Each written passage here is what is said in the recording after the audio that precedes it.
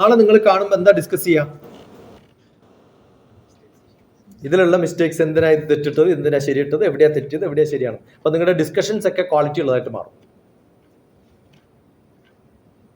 ഇതൊക്കെയാണ് ആ 30 പോയിന്റ്സിൽ ഞാൻ എഴുതിയിട്ടുള്ളത്. Then your learning becomes interest. ശ്രദ്ധ ഓട്ടോമാറ്റിക്കലി വരും. നല്ല കമ്പനിയാണ് പഠിക്കാനുള്ള ഏറ്റവും നല്ല മാർഗം. അവര് ജീവിതത്തിൽ എന്നും ഉണ്ടാവും നിങ്ങളുടെ കൂടെ, ഉണ്ടാവേണ്ടത്. Got it? പിന്നെ പ്രാക്ടിക്കലി കാണുക, എന്തും വിഷ്വലൈസ് ചെയ്യാൻ പറ്റും. ഞാൻ നേരത്തെ ഇലക്ട്രോ മാഗ്നറ്റിക് എനർജി പറഞ്ഞു, മൊമെന്റം പറഞ്ഞു, ഇല്ലേ? നല്ല ടീച്ചർമാർ, അതാണ് വലിയ asset. Physics, love for physics എന്നൊരു ബുക്ക് ഉണ്ട്. വാൾട്ടർ എന്ന് പറഞ്ഞ ഒരു പ്രൊഫസറാണ്, MIT-യിൽ. ഷീസ് ഫ്രം MIT-യിൽ പഠിച്ചതാണ്. എങ്ങനെയാ പ്രൊഫസർ ചെയ്യാം? സിമ്പിൾ പെൻഡുലം ഡെമോൺസ്ട്രേറ്റ് ചെയ്യാണ് ക്ലാസ്സിൽ. എന്താ ചെയ്യുക? വലിയൊരു ഹുക്ക്, ആ ചങ്ങലയുടെ മുകളിൽ വലിയൊരു മെറ്റൽ ബോള്, എന്നിട്ട് അത് വലിച്ചു കൊണ്ടുവന്നിട്ട് അവിടുന്ന് വിടും. ആ വിടുന്ന സമയത്ത് മറ്റേ അറ്റത്തൊരു കണ്ണാടി വെച്ചിട്ടുണ്ടാവും. ആ കണ്ണാടിയുടെ അടുത്ത് വരെ പോയിട്ട് തിരിച്ചു വരും, ടച്ച് ചെയ്യില്ല. എന്താ കാരണം? ഞാൻ എവിടുന്നാണോ വിടുന്നത് അത്രയും ഡിസ്റ്റൻസേ അത് പോവുള്ളൂ. 1 മില്ലിമീറ്ററിന്റെ ഡിഫറൻസിൽ അത് പോയിട്ട് തിരിച്ചു വരും. അതേസമയത്ത് അവിടെ തള്ളിയാലോ ടപ്പ് നടിച്ചു പൊട്ടും. അത് ആദ്യം ഡെമോൺസ്ട്രേറ്റ് ചെയ്യും. എന്നിട്ട് അവിടെ ഒരു കത്തി വെക്കും. എന്നിട്ട് പ്രൊഫസർ സ്റ്റുഡന്റിനോട് പറയും, എന്നെ ഒന്ന് വലിച്ചു വിടുന്ന് വിടാൻ പറയും. അപ്പൊ സ്റ്റുഡന്റ് തള്ളിയാലോ ആ കത്തി അയാളുടെ മേത്തുള്ളൂ. സ്റ്റുഡന്റ് വിട്ടാലോ തൊട്ടടുത്ത് വരെ പോയിട്ട് തൊടാതെ തിരിച്ചു വരും, ഇല്ലേ? അത് കഴിഞ്ഞിട്ട് തൊടാതെ തിരിച്ചു വന്നിട്ട് പറയും, I have faith in physics, I have faith in my student. അങ്ങനെയൊക്കെയാണ് ക്ലാസ് എടുക്കുക മാഷന്മാർ. അനന്തൻ മാസ്റ്റർ, ഡോക്ടർ TPS എന്ന് കാണാം. എൻ്റെ ക്യാമ്പിൽ എന്നെ പഠിപ്പിക്കാത്ത എൻ്റെ സ്കൂളിലുള്ള 9ാം ക്ലാസ്സിലെ മാഷ്, ഞാൻ മാസ്റ്റർ ഓഫ് സയൻസ് എന്ന് പറഞ്ഞിട്ട് അവാർഡൊക്കെ കൊടുത്തിട്ടുണ്ട് മാഷ്ക്ക്. എല്ലാ ക്യാമ്പുകളിലും വരും. എൻ്റെ കൂടെ വന്ന് ക്ലാസ് എടുക്കുക എന്നുള്ളത് മാഷിന് വലിയ താല്പര്യമാണ്. ഇടയ്ക്കിടയ്ക്ക് എന്നെ വിളിക്കും, ഇപ്പം എന്തേ ക്യാമ്പ് നടക്കാത്തത്, കുറേ കാലമായല്ലോ കണ്ടിട്ട്. 10-40 വർഷം മുമ്പ് എന്നെ പഠിപ്പിക്കാത്ത മാഷ് പോലും എന്നെ ഫോൺ വിളിച്ചിട്ട് എന്തേ കാണാത്തത്. ആ സ്നേഹം കൊണ്ടാണ്. മനസ്സിലാവുണ്ടോ? അവർക്ക് നമ്മളോടുള്ള ഇഷ്ടം കൊണ്ടാണ്. ഞാൻ പല സ്ഥലത്ത് കൊച്ചിയിൽ ക്ലാസ് എടുക്കാൻ പോകുന്ന സമയത്ത് മാഷുടെ മകൻ്റെ മകൾ എന്നെ കാണാൻ വന്നു. ഞാൻ ദുബായിൽ ക്ലാസ് എടുക്കുന്ന സമയത്ത്, ഇന്റർവെൽ സമയത്ത്, ഞാനിപ്പോൾ മാഷെ പറ്റി പറയുന്നുണ്ടല്ലോ, അപ്പം നിങ്ങൾ ആലോചിക്കുക, നിങ്ങളുടെ മുത്തശ്ശനെ കുറിച്ചാണ് ഞാൻ പറയണത്. അപ്പോൾ നിങ്ങൾ ക്ലാസ് കഴിഞ്ഞിട്ട് ഇന്റർവെൽ സമയത്ത് ഓടി വന്നതിനോട് പറയില്ല അതെൻ്റെ മുത്തശ്ശനാണ്. അതുപോലെ എൻ്റെ ക്ലാസ്സിലിരുന്ന ദുബായിലുള്ള ഒരു കുട്ടി വന്നിട്ട് പറഞ്ഞു, അനന്തൻ മാഷ് എൻ്റെ മുത്തശ്ശനാണ്. എന്നിട്ട് അവൾ വിളിച്ചു പറഞ്ഞു, അച്ഛനെ കുറിച്ച് മുത്തശ്ശനെ കുറിച്ച് എന്ന് പറഞ്ഞു. മനസ്സിലാവുണ്ടോ? അതാണ് മാഷന്മാർ. അങ്ങനെയുള്ള ചില മാഷന്മാരെയൊക്കെ കിട്ടിയതാണ് എൻ്റെ ജീവിതത്തിലെ ഭാഗ്യം. അപ്പൊ നല്ല ക്രിയേറ്റീവ് ആയിട്ടുള്ള മാഷാകുമ്പോൾ എങ്ങനെ ഉണ്ടാവും? Got it?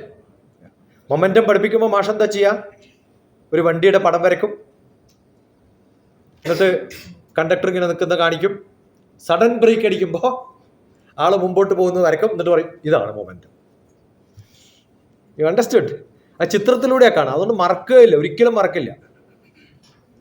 അങ്ങനെ പഠിപ്പിക്കാൻ പറ്റുന്ന ടീച്ചർമാരും മാഷന്മാരൊക്കെ ഉണ്ടെങ്കിലല്ലോ. Not that subject.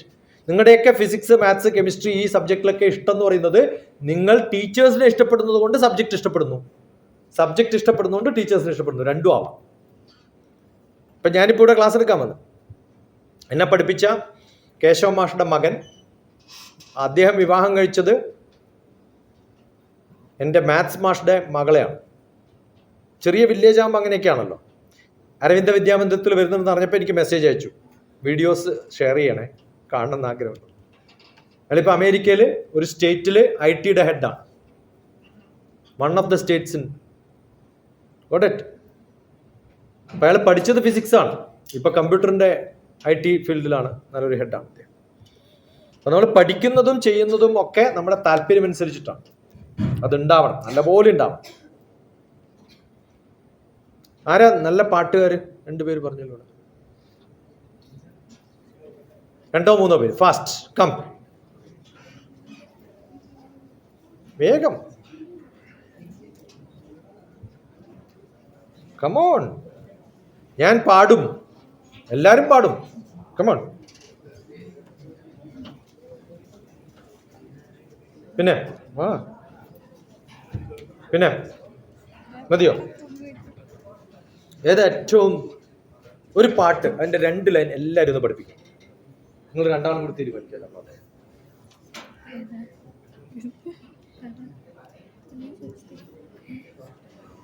ഏതെങ്കിലും 2 ലൈൻ പഠിപ്പിച്ചാണ്. ഞാൻ കോവിഡ് കാലത്ത് വ്യത്യസ്തമായ ഭാഷകളിലുള്ള എബ്രോഡിലുള്ള കുറേ രാജ്യങ്ങളിലുള്ള ആഫ്രിക്കക്കാരും ഇന്ത്യക്കാരും വ്യത്യസ്തമായ ലാംഗ്വേജിലുള്ള പാട്ടുകൾ അന്യോന്യം 2-3 ലൈനൊക്കെ പഠിപ്പിക്കുന്ന ഒരു പ്രോഗ്രാം തന്നെ നടത്തിയിരുന്നു. എൻ്റെ പ്രോഗ്രാമിന്റെ പേര് മഡ് എന്നാണ്, music under difference. Mud doctor TPS. അതുപോലെ എത്നിക് എക്സ്പോ എന്ന് പറഞ്ഞാൽ നമ്മുടെയൊക്കെ എത്നിസിറ്റി എന്ന് പറയില്ലേ, അതിനെക്കുറിച്ചുള്ള ഒരു എക്സ്പോ അമേരിക്കയിൽ നടത്തിയ സമയത്ത് ചർച്ചിൽ പാടുന്ന മ്യൂസീഷ്യൻസിനെ ഇന്ത്യയുടെ 6 ഭാഷയിൽ പാട്ട് പഠിപ്പിച്ചിട്ട് അവരെ സ്റ്റേജിൽ കയറ്റി. തമിഴ്, മലയാളം, കാശ്മീരി, ബംഗ്ല, ഗുജറാത്തി, സംസ്കൃതം.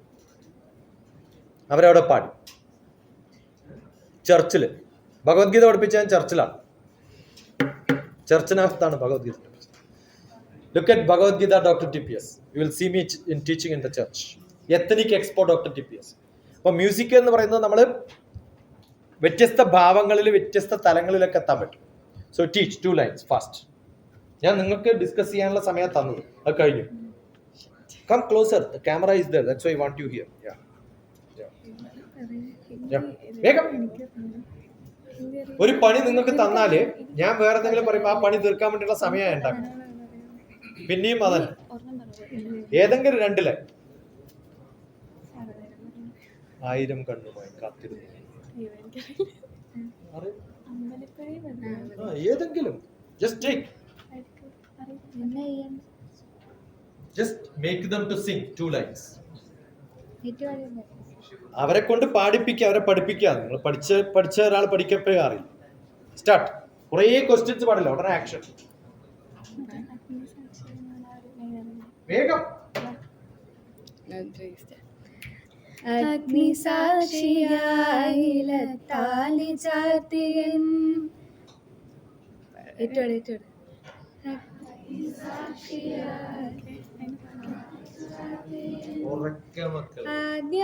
ആദ്യാനുരാഗം ധന്യമാകും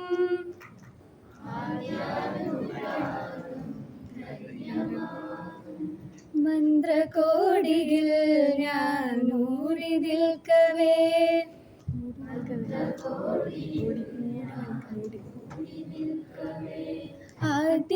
ആദ്യാഭിലാഷം സഫലമാകും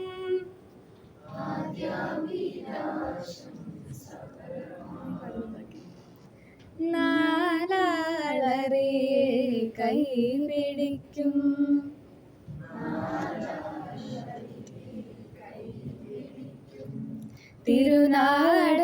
തിരുനാടകശാലയിൽ ചേർന്നു നിൽക്കും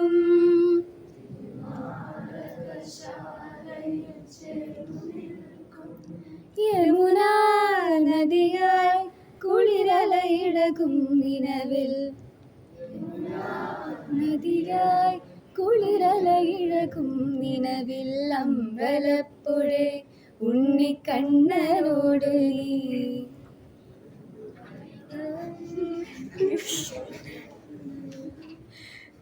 നിങ്ങൾ ഈ പാടിയ 2 പേരിലും കേട്ട 2 പേരിലും ഇതിന്റെ ഫുൾ അർത്ഥം മനസ്സിലാക്കിയ എത്ര പേര്?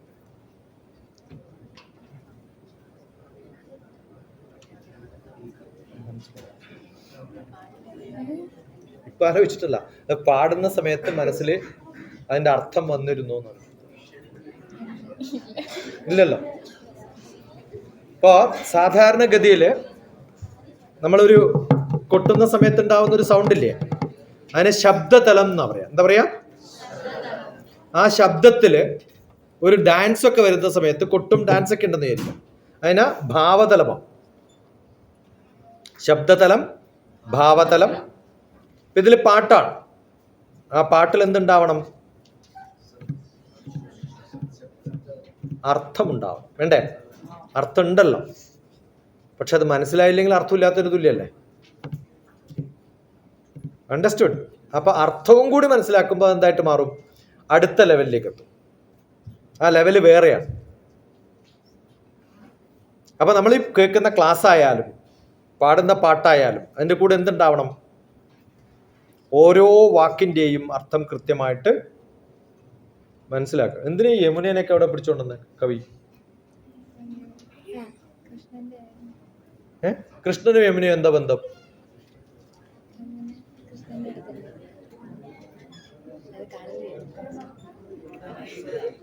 പിന്നെ ഏതാ ഈ നാടകശാല? ഏതോ ഒരു നാടകശാലയുടെ കാര്യം പറയണ്ടായിരുന്നു. ഏതാ നാടകശാല? ആലോചിക്കണില്ലോ? നിങ്ങൾ ആലോചിക്കണില്ലണ്ടോ? നിങ്ങൾ ആലോചിക്കണ്ടോ? അത് ആലോചിച്ചിട്ടാണ് കവി കവിത എഴുതിയത്. Yes or no? അത് നമ്മൾ പാടുമ്പോൾ എന്താക്കണം? ആ ആലോചന നമ്മളിലേക്ക് വരുമ്പോഴാണ് അത് പൂർണ്ണമാവും. അപ്പോഴാണ് അർത്ഥം ശരിക്കും മനസ്സിലാക്കിയിട്ട് ചൊല്ലാൻ പറ്റും. അപ്പൊ എല്ലാ പാട്ടുകളും എന്ത് വേണം? ഭാവത്തോടും അർത്ഥത്തോടും കൂടി ചൊല്ലാം. അതെങ്ങനെ പഠിപ്പിക്കുക? പഠിപ്പിക്കുന്ന ആൾ പഠിപ്പിക്കുമ്പോൾ ഓക്കെ, ഞാൻ 2 ലൈനേ പറഞ്ഞിട്ടുള്ളൂ. എനിക്ക് ഈ പാട്ടറിയില്ല. പാട്ടറിയാം, പക്ഷെ അത്ര നന്നായിട്ട് അറിയില്ല. ഏറ്റവും എളുപ്പമുള്ളൊരു സംഭവം പഠിപ്പിക്കാം. ഏത് ഭാഷക്കാരെയും ഞാൻ പഠിപ്പിക്കും. നിങ്ങൾ എന്ത് ഭാഷയായാലും മലയാളം പാട്ട് ഞാൻ പഠിപ്പിക്കും. കേട്ടുക്കാം. ഞാൻ ആദ്യം സജസ്റ്റ് ചെയ്ത പാട്ട് ഏതായിരുന്നു? 1000 കണ്ണുമായി. അറിയോ? വാ ആടി.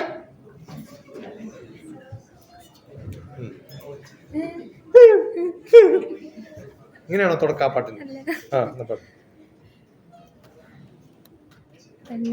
പാടിക്കും.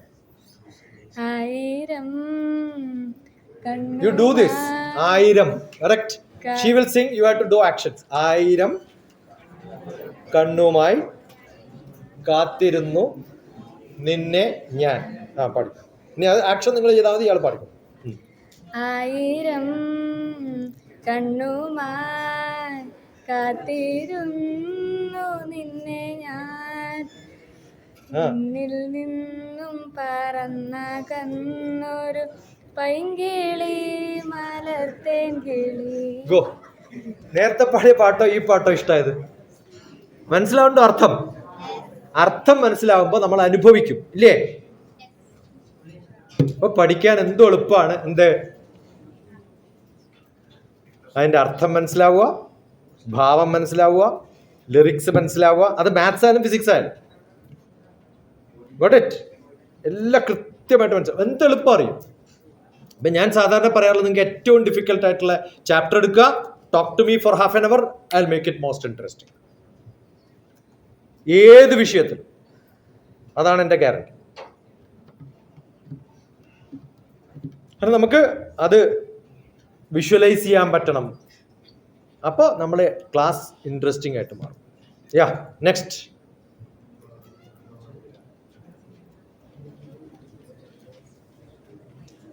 വേഗം, എന്തൊക്കെയോ ചോദ്യങ്ങൾ ചോദിക്കാനുണ്ട്. ഫാസ്റ്റ്.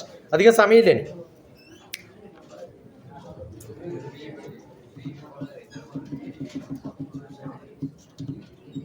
നിങ്ങൾ കൂടെ ഇരുന്ന് എഴുതിയ ചോദ്യങ്ങൾ കുറേ ഉണ്ട്. Come fast.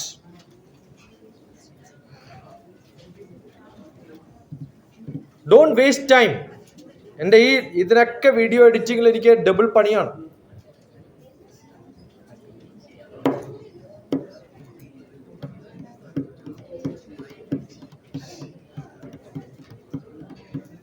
ഇത് എന്ത് പിള്ളേരപ്പ!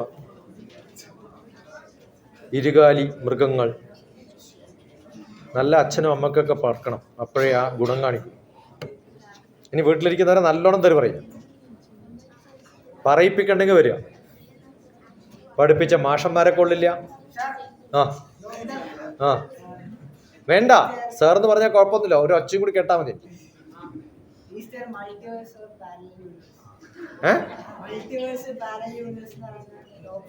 എന്താ ഈ മൾട്ടിവേഴ്സ്? കുറെ ഉണ്ടാവും.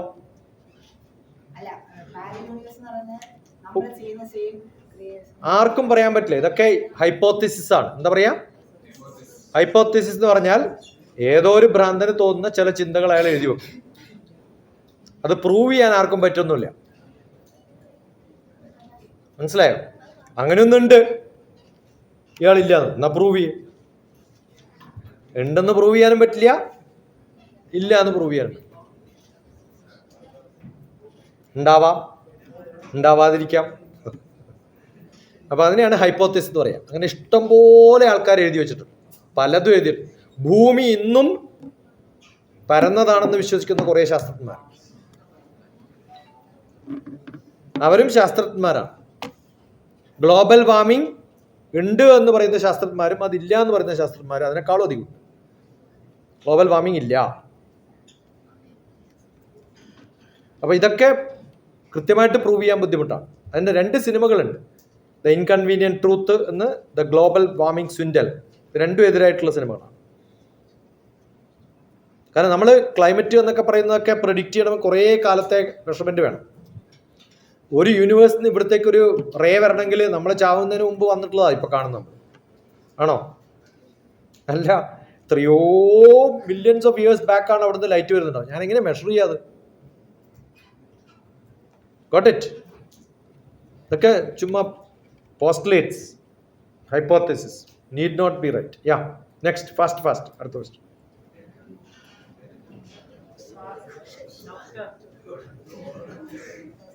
എൻ്റെ മുഖത്ത് നോക്കിയിട്ട് എങ്ങനെയാ സാറിന് വിളിക്കാൻ? ഞാൻ സാറാണെങ്കിൽ എനിക്ക് ഇഷ്ടമായിരുന്നു. Sir Isaac Newton, sir CV Raman, sir doctor DPS എന്നൊക്കെ പറയുന്ന പോലെ. നിങ്ങൾ പക്ഷേ ഡോക്ടർ DPS സാർ എന്നാ പറയാം, അവസാനം ഇടുക. അത് ഏത് കണ്ടക്ടറേയും വിളിക്കും ചില്ലറ കിട്ടാൻ ആവശ്യം വരുമ്പോൾ. ആ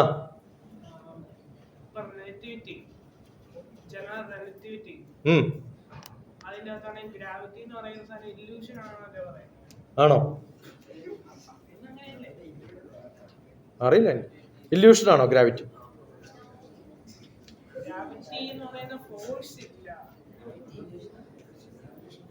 എന്താ ഗ്രാവിറ്റി എന്ന് പറഞ്ഞാല്?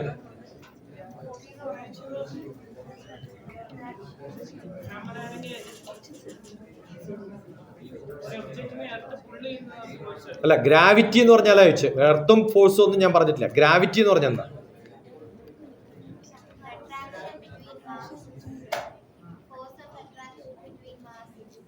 Between 2 masses.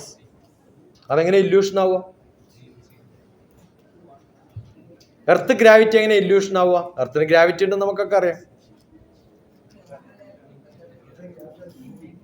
ഇത് എവിടുന്നാ വായിച്ചത്? ഇല്യൂഷനാണ്. ഞാൻ അതാ പറഞ്ഞത്, ആർക്കും എന്തും എഴുതാം, പക്ഷെ അതൊന്നും ഒതന്റിക് അല്ല. ലോകം ഇന്ന് വിശ്വസിക്കുന്നതനുസരിച്ച് ഈ പറയുന്ന ഒരു സംഭവം ഒരു ഫിസിക്സ് ടെക്സ്റ്റ് ബുക്കുകളിലും അതോറിറ്റേറ്റീവായിട്ട് പഠിപ്പിക്കുന്ന സ്ഥലത്തും പറയാത്ത സംഭവമാണ്.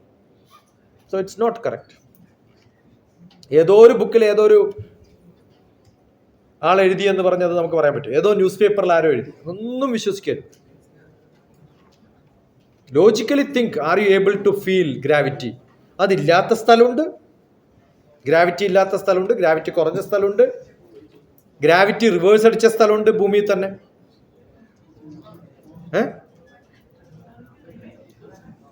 ചോദിക്ക് അറിയണമെന്നുണ്ടെങ്കിൽ. നമ്മള് ഒമാനില്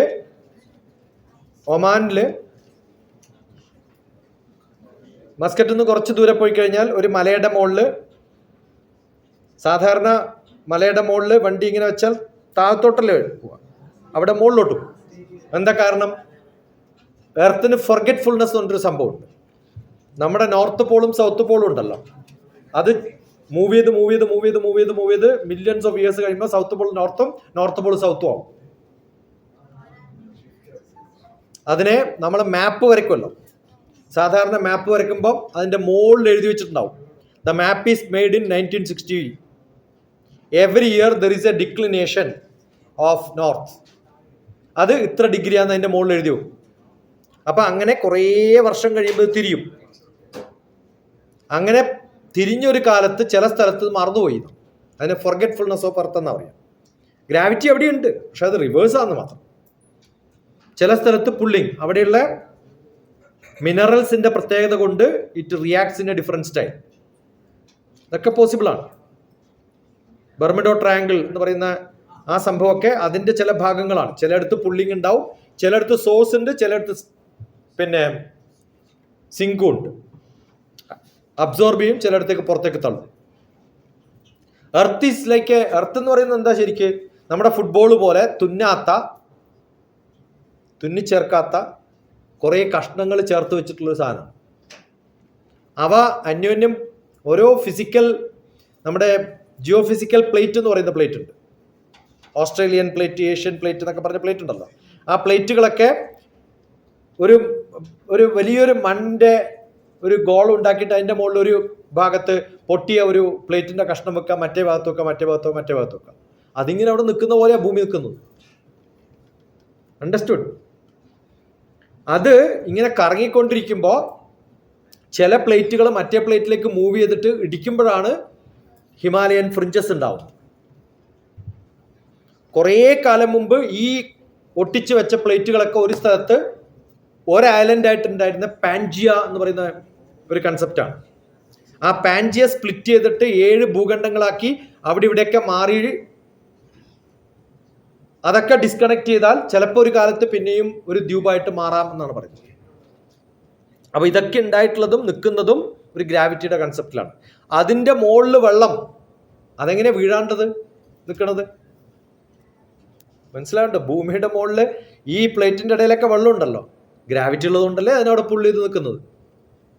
ആ ഗ്രാവിറ്റി നമ്മുടെ മൂണിന്റെയും ബാക്കി ഗ്രഹങ്ങളുടെയും ഒക്കെ ഗ്രാവിറ്റികൾ അതിനേക്കാളും കൂടുതലാണെങ്കിൽ അങ്ങോട്ട് പുള്ളി ചെയ്തേനെ.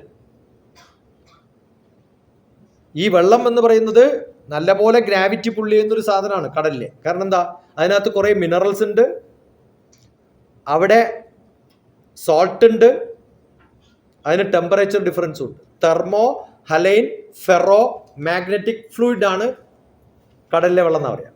തെർമോ ടെമ്പറേച്ചർ ഉണ്ട്, ഹലൈൻ സോൾട്ട് ഉണ്ട്, ഫെറോ മാഗ്നറ്റിക് ചെറിയ ചെറിയ ഇരുമ്പ് പൊടികളുള്ള പോലെയുള്ള മാഗ്നറ്റ് ഉള്ളതാണ്. അതിങ്ങനെ പിടിച്ചു നിൽക്കുകയാണ് അവിടെ, ഫെറോ മാഗ്നറ്റിക്. ഓക്കെ, ഫെറോ എന്ന് പറഞ്ഞാൽ അയൺ എന്നർത്ഥം. ആ ഒരു സാധനം അങ്ങനെ പിടിച്ചു നിൽക്കുകയാണ്. അത് ഈ പ്ലേറ്റുകളൊക്കെ വല്ലാത്തൊരവസ്ഥയിലാണ്. ആ പ്ലേറ്റുകൾക്കൊന്നും ഒരേ ലെവലിലൊന്നും അല്ല. അതുകൊണ്ട് ബേ ഓഫ് ബംഗാളും അറേബ്യൻ സീയും, നമ്മൾ ഈ പ്രളയം എന്നൊക്കെ പറഞ്ഞിട്ട് കേരളം പരശുരാമൻ മഴുവറിഞ്ഞു എന്നൊക്കെ പറഞ്ഞ കഥയുണ്ടല്ലോ. അതിന് കാരണം ഒരു കാലത്ത് ഈ പ്ലേറ്റ് നമ്മുടെ കേരളത്തിന്റെ തെക്ക് ഭാഗത്ത് ഉള്ള പ്ലേറ്റ് ഇങ്ങനെയായിരുന്നു. അപ്പോൾ വെള്ളം ഇവിടെ വരെ ഉണ്ടായിരുന്നു. കുറച്ചു കാലം കഴിഞ്ഞപ്പോൾ ഇങ്ങോട്ടായപ്പോൾ ആ വെള്ളം അങ്ങോട്ട് പോയി. അതുകൊണ്ട് ഇപ്പം എന്ത് പറ്റി, ബേ ഓഫ് ബംഗാളിൽ വെള്ളം കയറുകയാണ്. ഇപ്പം എന്ന് പറഞ്ഞാൽ കഴിഞ്ഞ ഒരു 1000 കൊല്ലത്തിൽ അല്ലെങ്കിൽ 2000 കൊല്ലം. കുറച്ചു കാലം കഴിയുമ്പോൾ എന്ത് പറ്റും, ചിലപ്പോൾ ഭൂമി രണ്ടാമത് ഇങ്ങോട്ടാവും. നേരെ പോയിട്ട് ഹിമാലയത്തിലേക്ക് ഇടിക്കുമ്പോൾ ഒരേ ലെവലിലൊന്നും അല്ല പോവാം, അങ്ങോട്ടും ഇങ്ങോട്ടൊക്കെ ടർബുലൻസോട് കൂടി പോകും. അണ്ടർസ്റ്റുഡ്? ജിയോ ഫിസിക്സ് നല്ലോണം പഠിക്കണം. ഇതിന്റെ ജിയോ ഫിസിക്സ് ആണ്. ജിയോളജി, ജിയോ ഫിസിക്സ്, മാപ്പ് ഉണ്ടാക്കാൻ പഠിക്കുമ്പോൾ ഇതൊക്കെ നിങ്ങൾ പഠിക്കണം. ജിയോഡസി എന്നാണ് ഈ മാപ്പിങ്ങിന്റെ പേര്. ജിയോഡസി സബ്ജക്റ്റ്. ഇപ്പൊ എർത്തിന് ഗ്രാവിറ്റി ഇല്ല എന്നൊക്കെ ആരെങ്കിലും don't, there all somebody's illusion.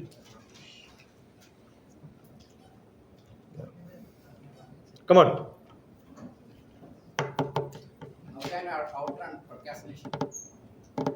വേണ്ട നോക്കുക, എന്ത് എളുപ്പമാണ്. വേണ്ട അങ്ങോട്ട് വെച്ചാൽ പോരെ അല്ലേ? ഞാൻ നേരത്തെ പറഞ്ഞു, അതിന്റെ ഉത്തരം ഞാൻ തന്നു ഓൾറെഡി. ഉദ്യമം, പ്ലാനിങ് ഉണ്ട്, പക്ഷെ എന്തില്ല, ആക്ഷൻ ഇല്ല. ആക്ഷൻ ഇല്ലാത്ത പ്ലാനൊക്കെ യൂസ്ലെസ് ആണ്. ആക്ഷൻ ഇല്ലാണ്ട് കുറെ പ്ലാൻ ഉണ്ടായിട്ട് എന്താ കാര്യം? അതുകൊണ്ട് ഏത് പ്ലാനിങ്ങിനും ഇമ്മീഡിയറ്റ് ആക്ഷൻ, ഉദ്യമം, സാഹസം, ധൈര്യം, ബുദ്ധി, ശക്തി, പരാക്രമം. Got it? ഞാൻ എന്തായാലും പരീക്ഷയ്ക്ക് പഠിക്കണം വേണ്ടേ? ഇപ്പം പഠിക്കണോ പിന്നെ പഠിക്കണോ? ഇപ്പം പഠിച്ചാൽ കുറച്ചുകൂടി കൂടുതൽ പഠിക്കാൻ പറ്റും. കുറേ ചോദ്യങ്ങൾ. പരീക്ഷയ്ക്ക് മുമ്പ് പഠിക്കണോ അല്ല 18-ാം പടി എന്ന് പറഞ്ഞ സിനിമ ആണോ? ഏത് സിനിമയുണ്ട്? കണ്ടുണ്ടോ? മമ്മൂട്ടി കോപ്പി അടിക്കാൻ പഠിപ്പിക്കുന്ന cinema. That's a best method. എക്സാമിനേഷനെ പറ്റി ഒരു ഫിയറും പാടില്ല. And you are not studying for exams. ജീവിതത്തിൽ ഉപയോഗിക്കാനാണ്. അപ്പം എനിക്ക് കുറേ കൂടി പഠിക്കണം. അല്ലെങ്കിൽ ലാസ്റ്റ് മിനിറ്റിലാണ് പഠനം തുടങ്ങുക, ലാസ്റ്റ് മിനിറ്റിലാണ് റെഡി ആവുക. Must be ready. ഞാൻ എത്രയോ പരിപാടികൾക്ക് പോയിട്ടുണ്ട്, ഇതുവരെ ലേറ്റ് ആയിട്ടുണ്ടാവില്ല. ഇന്നലെ എന്നെ പിക്കപ്പ് ചെയ്യാൻ 7 മണിക്ക് വണ്ടി വരുന്നു പറഞ്ഞു. കൃത്യം 7 മണിക്ക് ഞാൻ മെസ്സേജ് അയച്ചു, ഐ ആം റെഡി. 7 മണിക്ക് മുമ്പാണ് മെസ്സേജ് അയച്ചത് അല്ലേ? കറക്റ്റ് 7 മണിക്ക് അദ്ദേഹത്തെ വിളിച്ചു. ഇന്ന് 9:30, കറക്റ്റ് 9:30 അദ്ദേഹത്തെ വിളിച്ചു. 5 മിനിറ്റ് മുമ്പ് താഴത്തിറങ്ങി നിൽക്കും ഞാൻ. I don't even want a driver to wait for me. മനസ്സിലാവുണ്ട് മക്കളെ? എൻ്റെ ചെറിയ കുട്ടികൾ ചെറുതാവുന്ന സമയത്ത് അവർ ഏത് ക്രമത്തിലാണോ ഡ്രസ്സ് ഇടേണ്ടത് ആ ഡ്രസ്സ് ആ ലെവലിൽ വെച്ചിട്ടേ ഉറങ്ങാവൂ എന്നാണ് എൻ്റെ നിയമം. ഞങ്ങൾ അങ്ങനെയൊക്കെയാ. മനസ്സിലാവുണ്ടോ? ഇപ്പൊ ഷൂ ആണ് ലാസ്റ്റ് ഇടുക. അപ്പൊ ഏറ്റവും താഴത്ത് എന്ത് വെക്കും? ഷൂ വെക്കും. അതിന് മുകളിൽ എന്ത് വെക്കും? സോക്സ് വെക്കും. അതിന് മുകളിൽ ഇപ്പൊ സോക്സും ഷൂ ഇടാത്തോണ്ടാ. അല്ലെങ്കിൽ എൻ്റെ ഇന്നത്തെ സോക്സിന്റെ താഴത്ത് എഴുതിയിട്ടുണ്ടാവും ഇന്നത്തെ വീക്ക്. എൻ്റെ എല്ലാ സോക്സിനും അതിന്റെ ആഴ്ച എഴുതി വെച്ചിട്ടുണ്ട്. പ്രിന്റഡ് ആണ്. Monday socks is Monday socks, Tuesday socks is Tuesday socks. ആ ഏത് ക്രമത്തിലാണോ നമ്മൾ ഡ്രസ്സ് ഇടേണ്ടത് അതേ ക്രമത്തിൽ സാധനങ്ങൾ വെക്കുക. ഇപ്പം എൻ്റെ വീട്ടിൽ കുറേ 600 കിലോ ബുക്ക് ഉണ്ട്. അതിൽ ഇന്ന ബുക്ക് ഇന്ന് എടുത്താണെന്ന് എനിക്ക് ഇവിടെ വെച്ച് പറയാൻ പറ്റും. I know where is it kept. അപ്പം നമ്മൾ നല്ല സിസ്റ്റമാറ്റിക് ആവുക. കുറേ സമയം കളയുന്ന അനാവശ്യമായിട്ടുള്ള കാര്യങ്ങൾക്കാണ്. No, do it as early as possible. Anyway we have to do it. ഇപ്പം എൻ്റെ 30 points ടു സ്റ്റുഡൻസ് 20 points ആദ്യത്തെ വാക്കതാണ്. Anyway you have to study, so why not you study early. അങ്ങനെയാകുമ്പോൾ എക്സാം ഹാളിൽ നമുക്ക് നല്ലോണം എൻജോയ് ചെയ്യാൻ പറ്റും. ഫൈൻ. ഏത് കാര്യവും do it as early as possible.